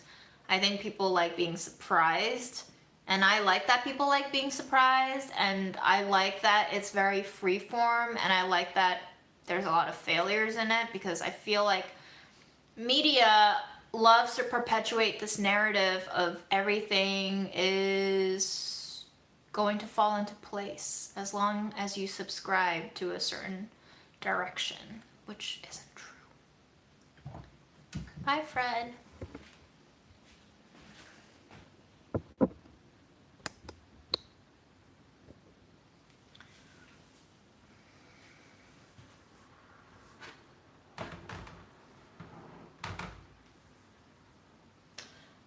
I was kind of shocked when it took off the way it did, because I wasn't used to seeing my videos on Delish being viewed so much. Like, we've struggled to even get over 70,000 views on most of my hosted videos from the test kitchen. So I was like, well, this feels like gimmicky, but let's do it. And then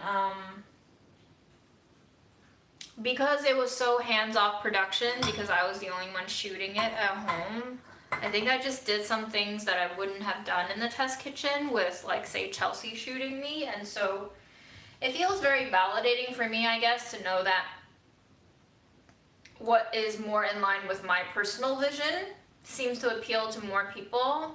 That made me feel really good.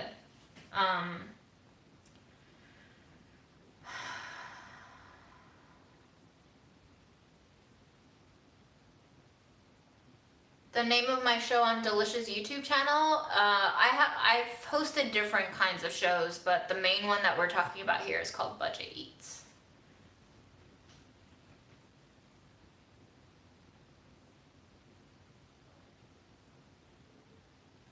Yeah, JG, that's exactly right. I had a friend who basically said, you know, how do you make a meal for the entire week with everything that you bought from the store, instead of having to buy all these little different things for one recipe and then not knowing what to do with the rest of it? Like, how do you use all of it in the week that you bought it in? That was the original idea that we had pitched maybe 2 years ago, maybe more now. And it wasn't greenlit, but because we started working from home, it got greenlit because I could produce it on my own. So it's really ironic, because we decided as a brand that this is something that wouldn't do well, but it turned out to do really well. But it also hit during the pandemic, when a lot of people were out of work, laid off, really freaking desperate and poor, and had to budget more, you know? Like, I feel like it was kind of the perfect storm for eyeballs to be on this thing, and who knows what it would have been without a pandemic in place. First of all, I don't think it would have ever gotten filmed and put out if we weren't all quarantined and working from home. And second of all, would that many people be interested in budget cooking? Maybe still, but maybe not that much. So it's very interesting. Who knows? Who knows if you take out any part of this equation, what it would have been.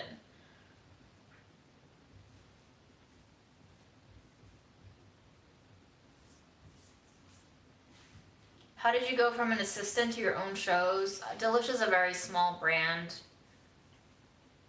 Everybody does everything. That's why job titles don't mean anything.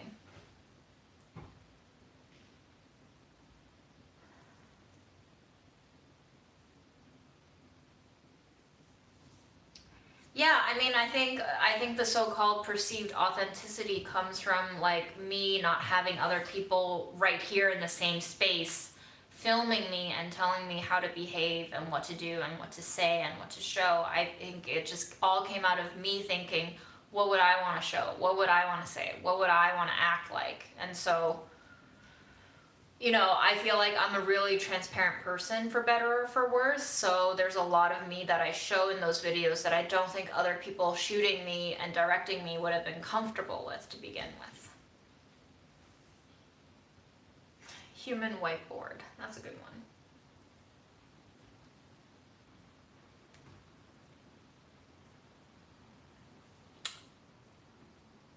This lip balm feels really nice on my lips.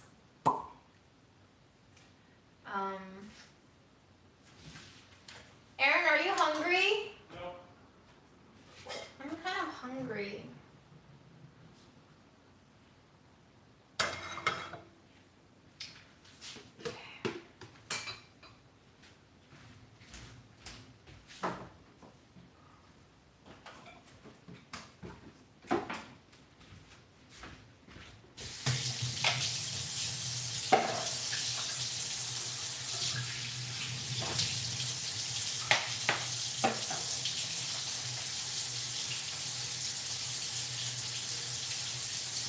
I ate so much pork rinds today, guys, not funny at all. It's just like, I'm so bad when it comes to controlling myself around such snackable, bingeable items. It's so bad. I'm worried that my hands smell like tea tree oil now, and the bread's gonna smell like it too. Any tips if climate catastrophe occurs? I don't know. Eat the shit out of all the foods that you like and die happy.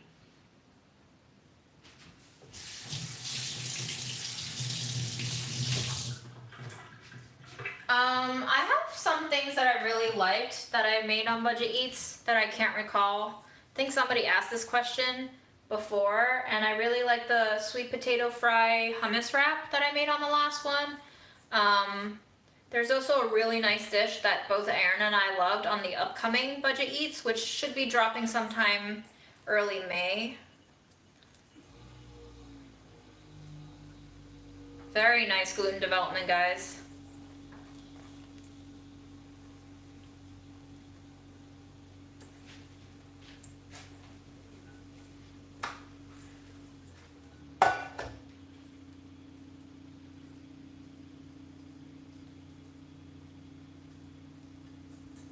I'm gonna let this rest for 20 more minutes and then we can fold in the starter. We can fold in Dave.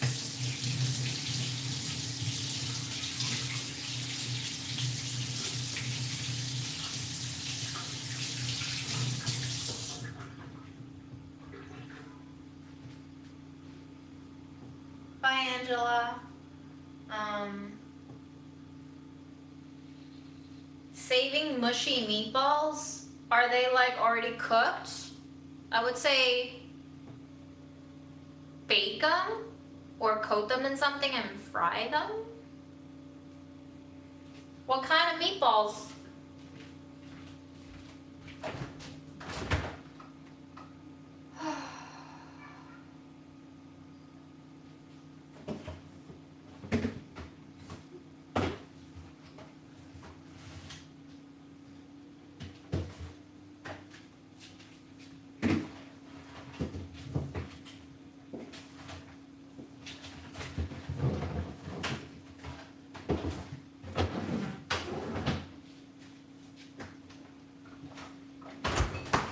I'm gonna have some yogurt and maybe an apple.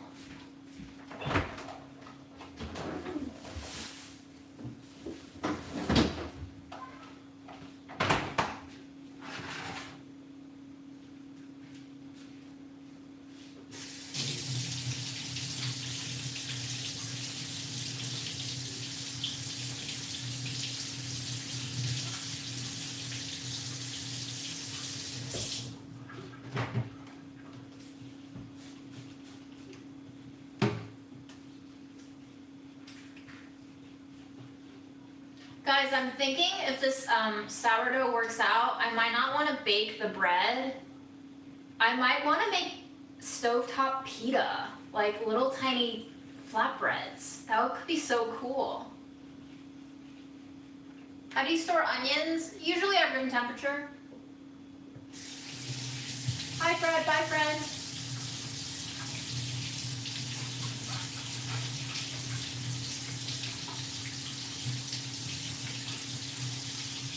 I would say pantomime goose. You can also just squish them flat and sear them in a little bit of shallow fry in a skillet. That could be really delicious too.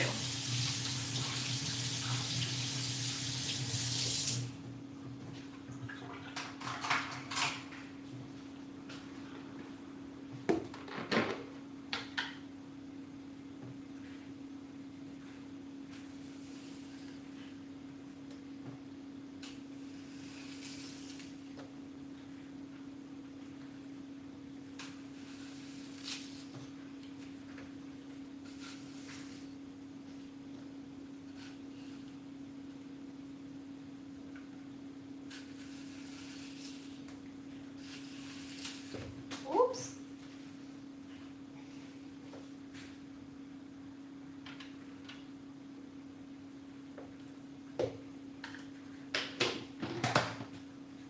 What is he doing?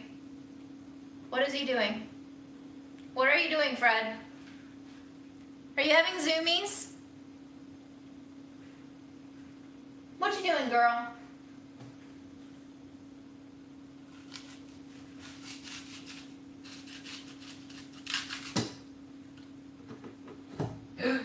Oh my god, my apple just fell into my dough.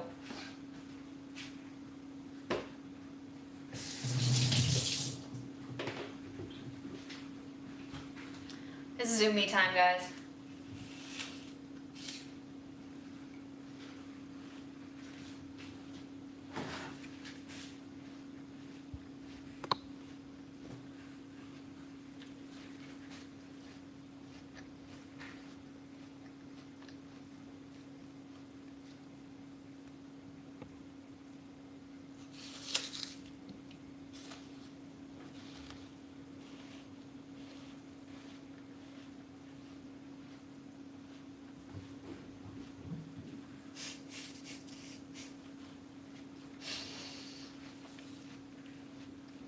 Hi, Hong Kong.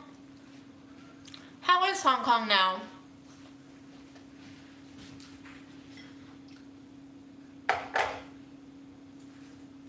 I feel so sad about Hong Kong.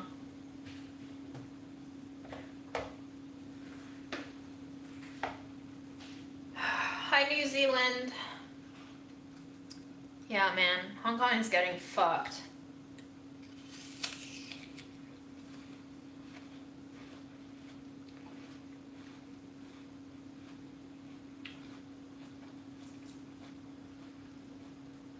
Del, you didn't like the lemon filling? What did you make? Are you baking your shit? Tell me, give us updates. What led Aaron to China to teach? I don't know, you're gonna have to ask him that. I've made yogurt in restaurants, not at home.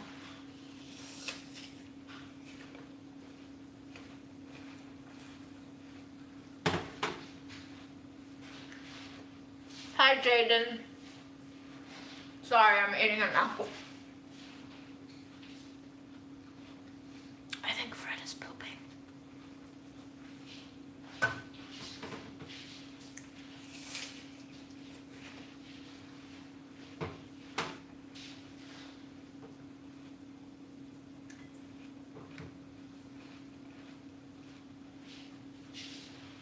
Tofu brain, say what?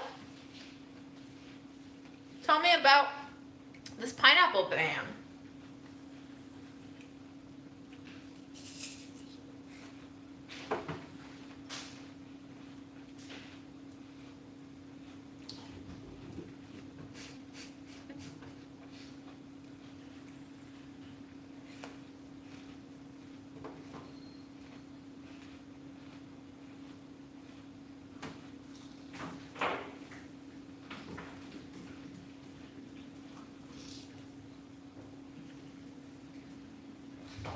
Whoa, Dell. You gotta share a picture somehow. I wanna see what you made. Is Fred going cray-cray in there? Oh my god. Do you guys see him? On the bookshelf? Oh my god. Fred, you're ridiculous.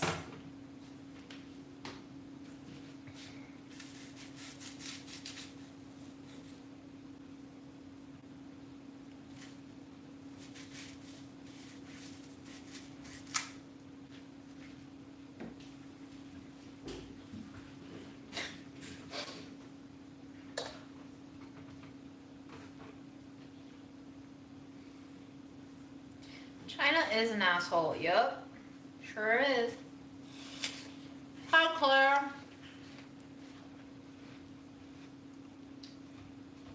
Favorite peanut butter? Somebody didn't watch the peanut butter episode.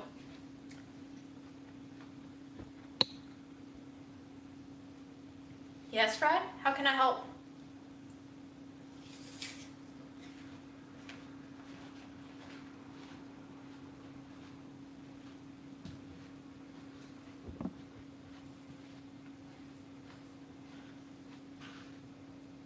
You gonna jump up there, really?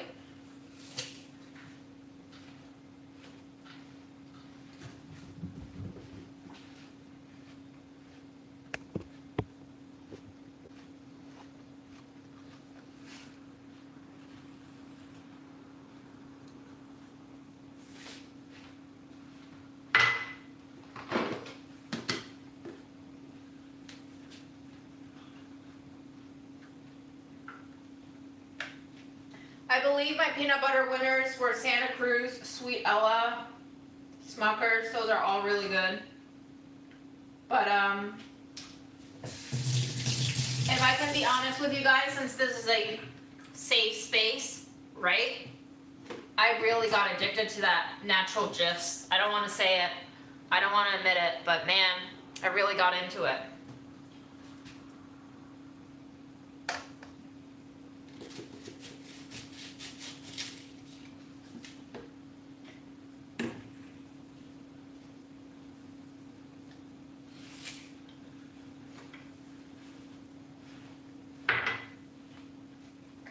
Yeah, craft PB is a Canadian thing.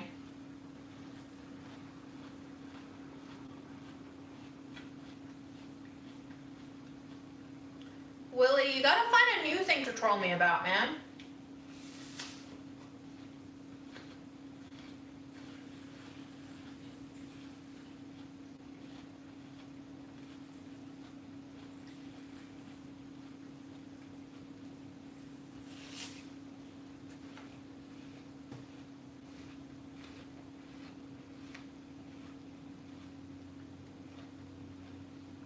Yep, Chewbacca. I did just admit.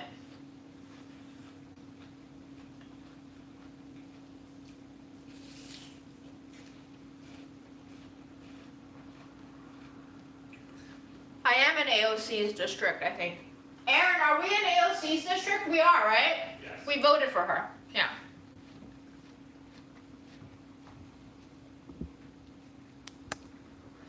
Did you finish your Zoomies?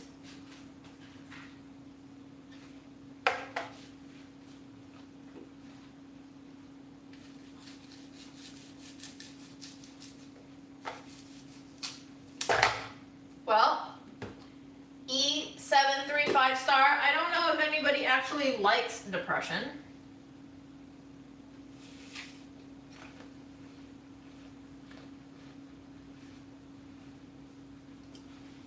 Thank you for getting rid of the ghosts.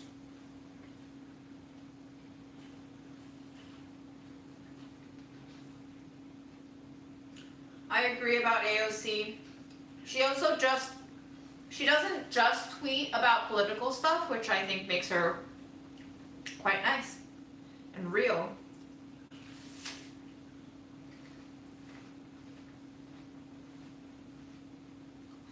Fred is trying to get into the bed, but we gotta make sure he's free of ringworm first.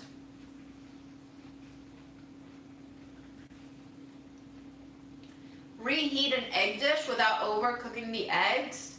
What kind of an egg dish is it?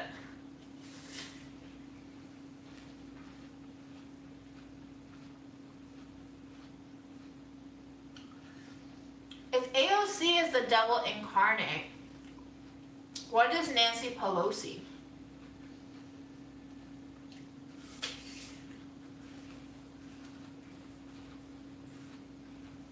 What is Mitch McConnell?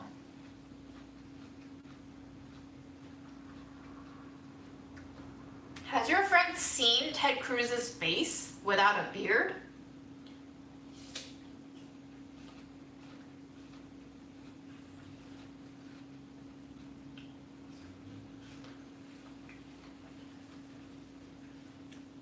Feel for you, Allison. He seems like an awful human being.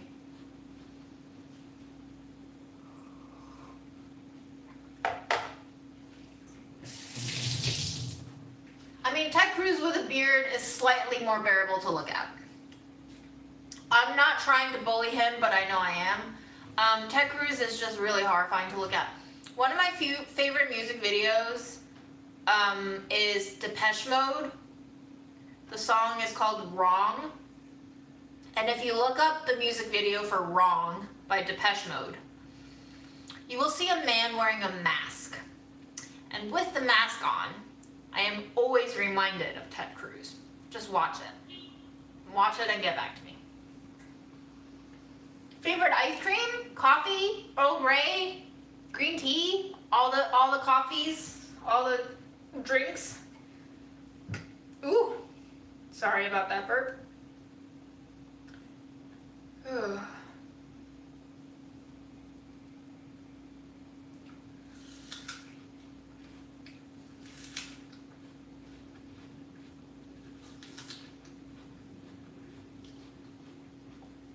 Nancy Pelosi tries too hard because she is literally the opposite of woke.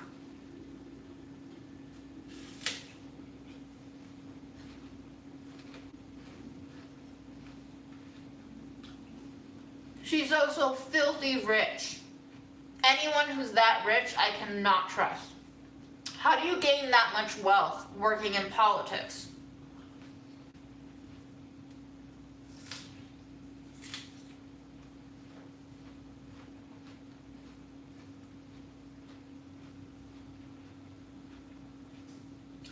The best woke does not exist. You can't be woke all the time. You can only be woke on some things, which makes you unwoke on others. You're always in the process of waking up.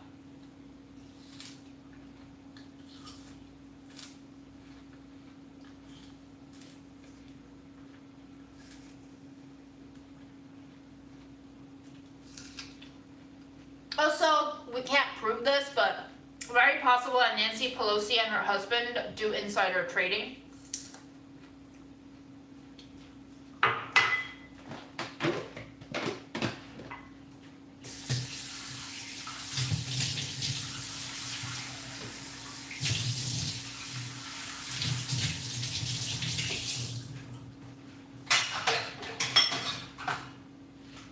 Alright guys, bread dough time! So smooth! Look at that! Silky, smooth. We're gonna add Dave now.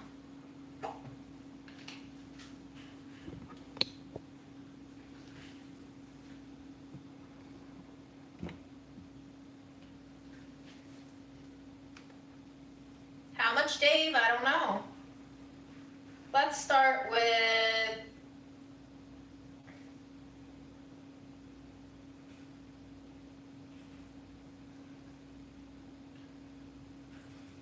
$60. Feels good to me.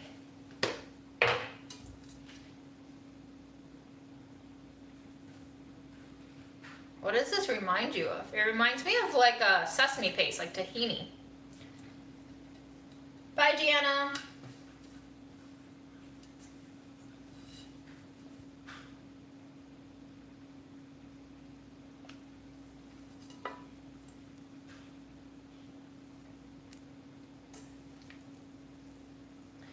I think we're supposed to go in with 2% salt, but I no longer remember how much of everything I put in. I think it was, 200 grams of dough, 160 water, so that's 360. 360 plus about 60 grams of starter is 420. So 420 grams total in here. But maybe it's just 2%. I think it's 2% of the whole mass. So maybe like 8 grams-ish.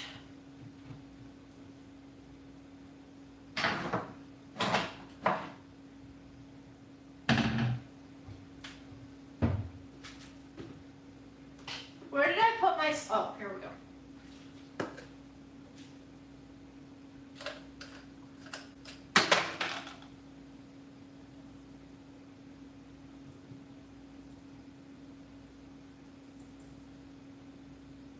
Okay, 7 grams. We'll go a little bit light, you know, for the sake of our blood pressure. 7 grams is like a teaspoon and a quarter-ish. We're just gonna work that in gently, trying not to rip too much of this gluten development. And because we'll be folding the dough over and over and over again, it really doesn't matter if you don't get it incorporated all on the first go, but try to get that starter distributed because that's what's gonna start lifting and activating. Again, this is Dave. Dave has been hibernating for over a month now in the fridge. I did not feed Dave before I put him in this bread dough, so we are not sure if Dave will be doing much voluminizing in this dough at all, but it's looking quite nice and smooth already, isn't it? If nothing else, we will just have some flatbread seared on the stovetop with a little bit of sour tang. All right, guys, I'll probably just be lifting this dough for every 30 minutes that passes by until I fall asleep. I'll put it in the fridge probably overnight, and we'll come back to it tomorrow. Maybe. Has this live been long enough yet? I hear wheezing in the background. Oh, there he is.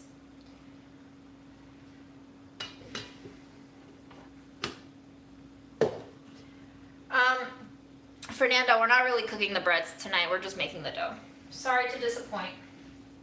Oh, but now we have salt in the dough. I would like to taste this dough. Very tart. Wow! That's a very sour dough.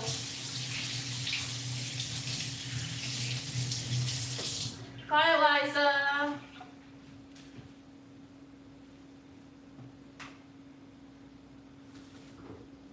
Yes, I suppose I'm technically feeding him, but usually you want a starter that is active and not like dead.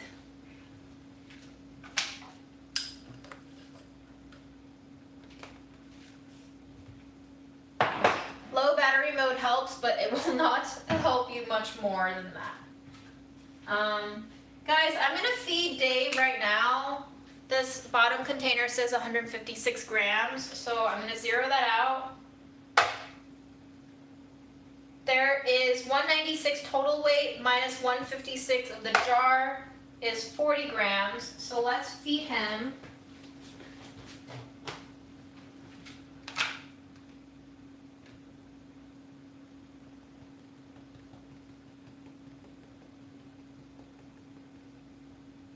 $32 grams plus a little water.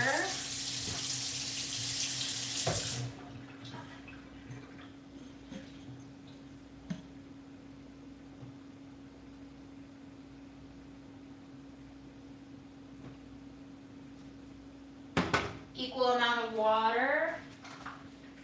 And usually you want half of the starter. And then, you want 1 to 2 to 2 ratio of starter to flour to water. But I'm not really gonna let Dave breathe much at room temperature anymore. I'm just gonna stick him in the fridge. So you know. Again, I'm discarding all the rules of what it means to maintain a starter. Because who gives a shit? Not me.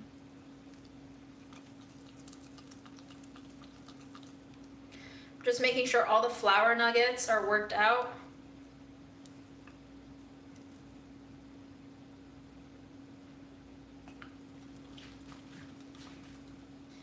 Did you actually kill yours? How do you know it's dead?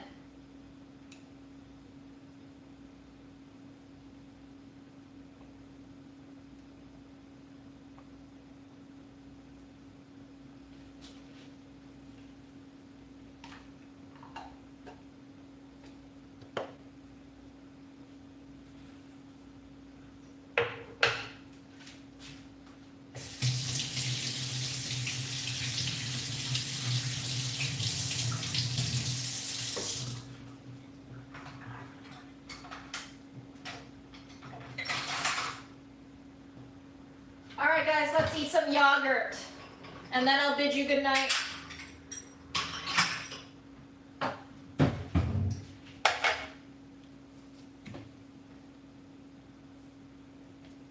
I don't like ASMR, Emily. Not at all.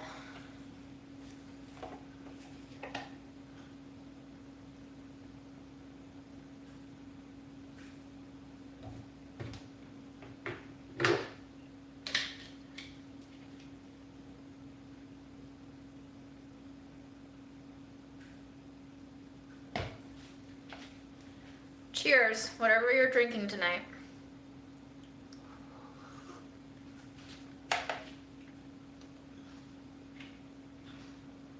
Starters are very hard to kill. They normally only die if you put it in a really moldy put it in a really dirty container and it grew mold or something. They can usually bounce back with some more frequent feedings. They're usually not dead. They're usually just not very active and or dormant. So don't assume you killed it just because it's not yielding the desired results you're looking for.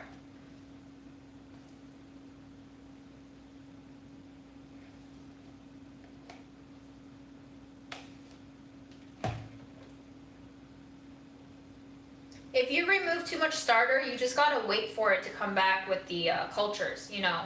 All it takes is more time for it to build back up.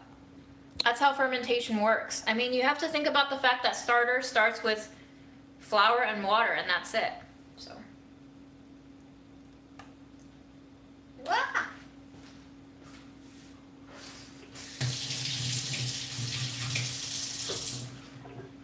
Bye, Jessica. Yeah, dormant sounds like me too, Nako.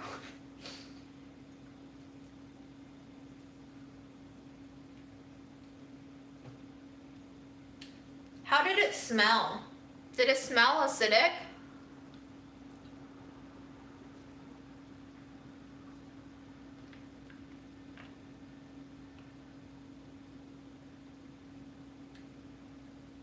If it doesn't smell acidic, that means it hasn't fermented enough. Ooh, there's cat hair. Ugh, everywhere.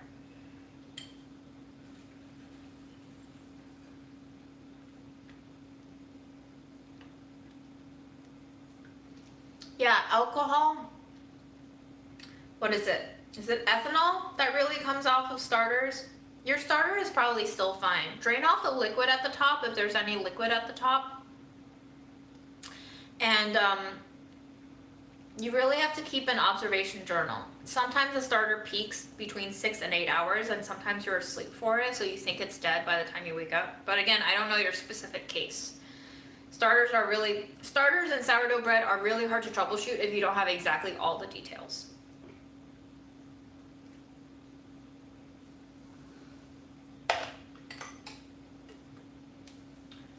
I did mix 2 different yogurts, but I'm starting to regret it. I like them separate. It's okay, I'll just eat more of it later.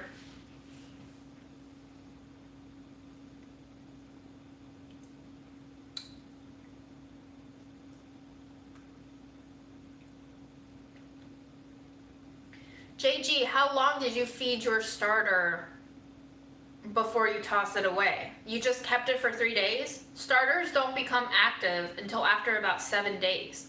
They'll start bubbling after 3 days, but they don't become stable until after 7 days.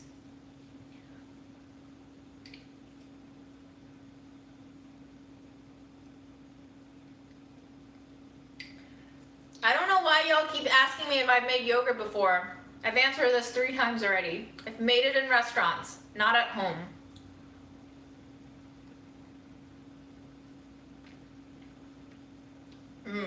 Acetone, that might be right.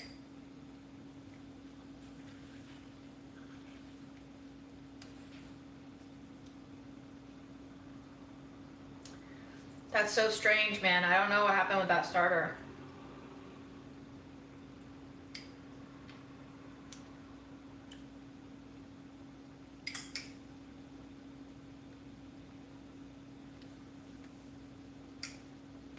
I've made kombucha.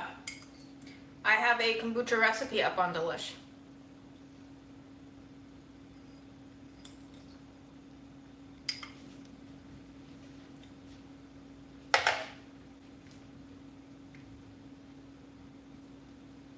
Kombucha actually gets me a little drunk. My face will light up red as if I drank alcohol.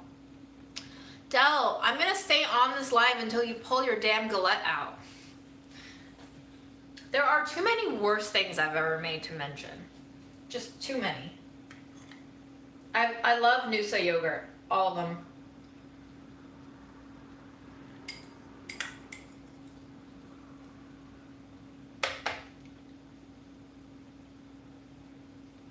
I want to. It's I got it pierced twice, but it closed up both times, so I kind of just gave up. And then the pandemic hit, and I was like, I'm probably not gonna get it pierced for a while.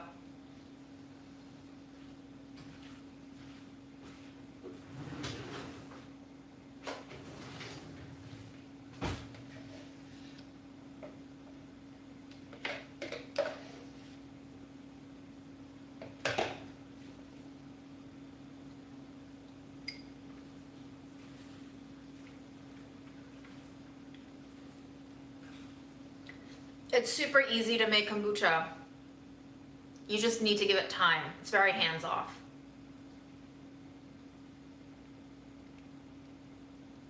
Del, is she bubbling? Is she delightfully, glazily bubbling?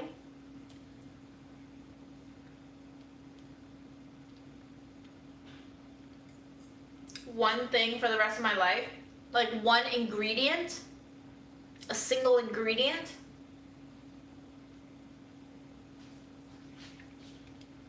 I don't know how long he's been here, but he's here.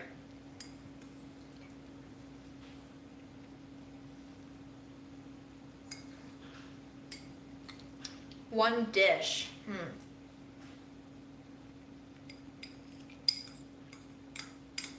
I mean, does bananas and peanut butter count? If we're talking like a put together meal,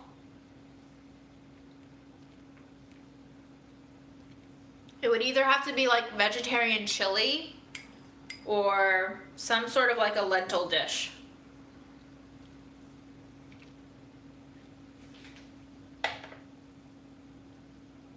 Yeah, I know. I pierced it with a piercing gun. It was done at the mall. That's why it was so shitty.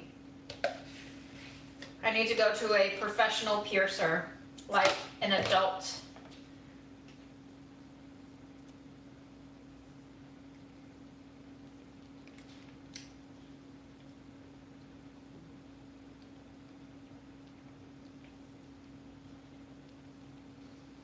Yogurt is actually relatively easy to make, but dairy already costs so much, so I don't know if it justifies buying the milk and then making it myself.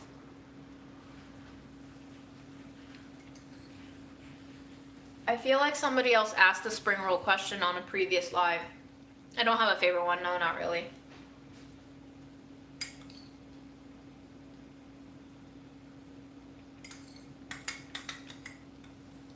Chocolate and banana bread is the way to go. Yep.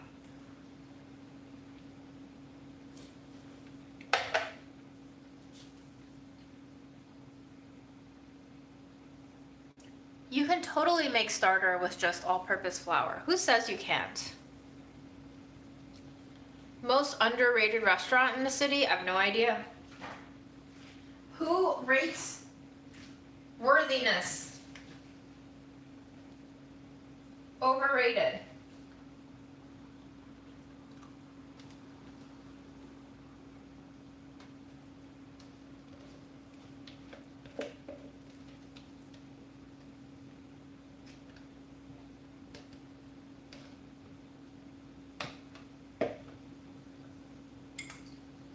Ooh, I love... Does anybody else like just eating milk powder straight in the powder?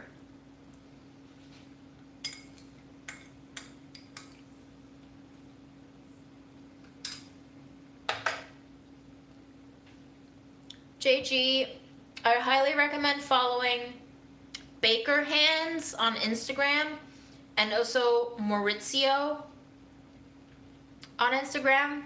He's the author of theperfectloaf.com, I believe. Really great tips for people who are just starting out with bread baking. I don't really temp my water, but ideally when you're working with sourdough, the final temperature you're shooting for should be around 78 degrees Fahrenheit. But I don't really temp my water anymore. I don't care. As you see, I have flagrant disregard of recipes. So don't follow my example if you want things to work.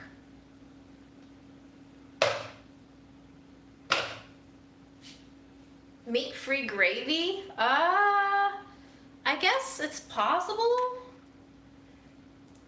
I don't know why you would though, honestly.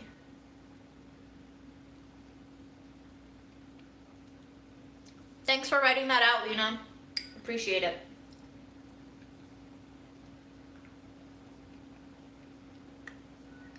Dell, we need to see photos. Are you gonna send it into the Spleenies on Instagram?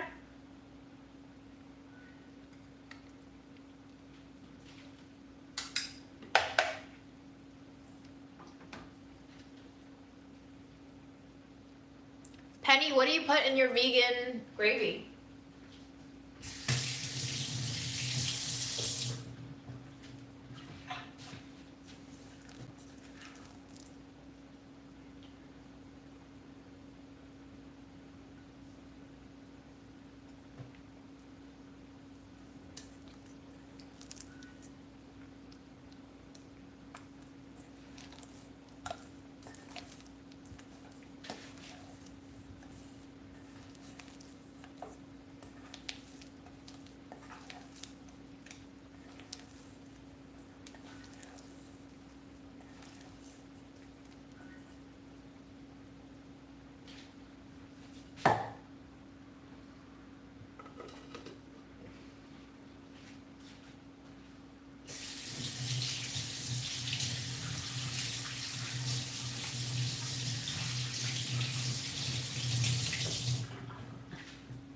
No, that's our sourdough dough. The pie dough is already in the fridge. Alright guys, I'm gonna end it here unless anybody has dying, burning questions to ask me. But I'm gonna keep folding that dough until I go to sleep. I'm gonna slide into the fridge and maybe I'll see you guys here tomorrow sometime, random. They can just ask you tomorrow, anyways. You'll be around. That's true.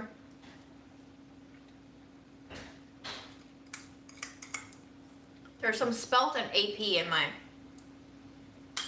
bread dough.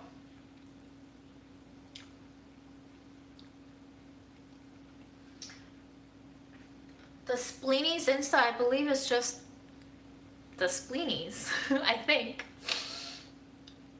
Thank you all for, ooh, Fred. Fred says goodnight. Bye, all.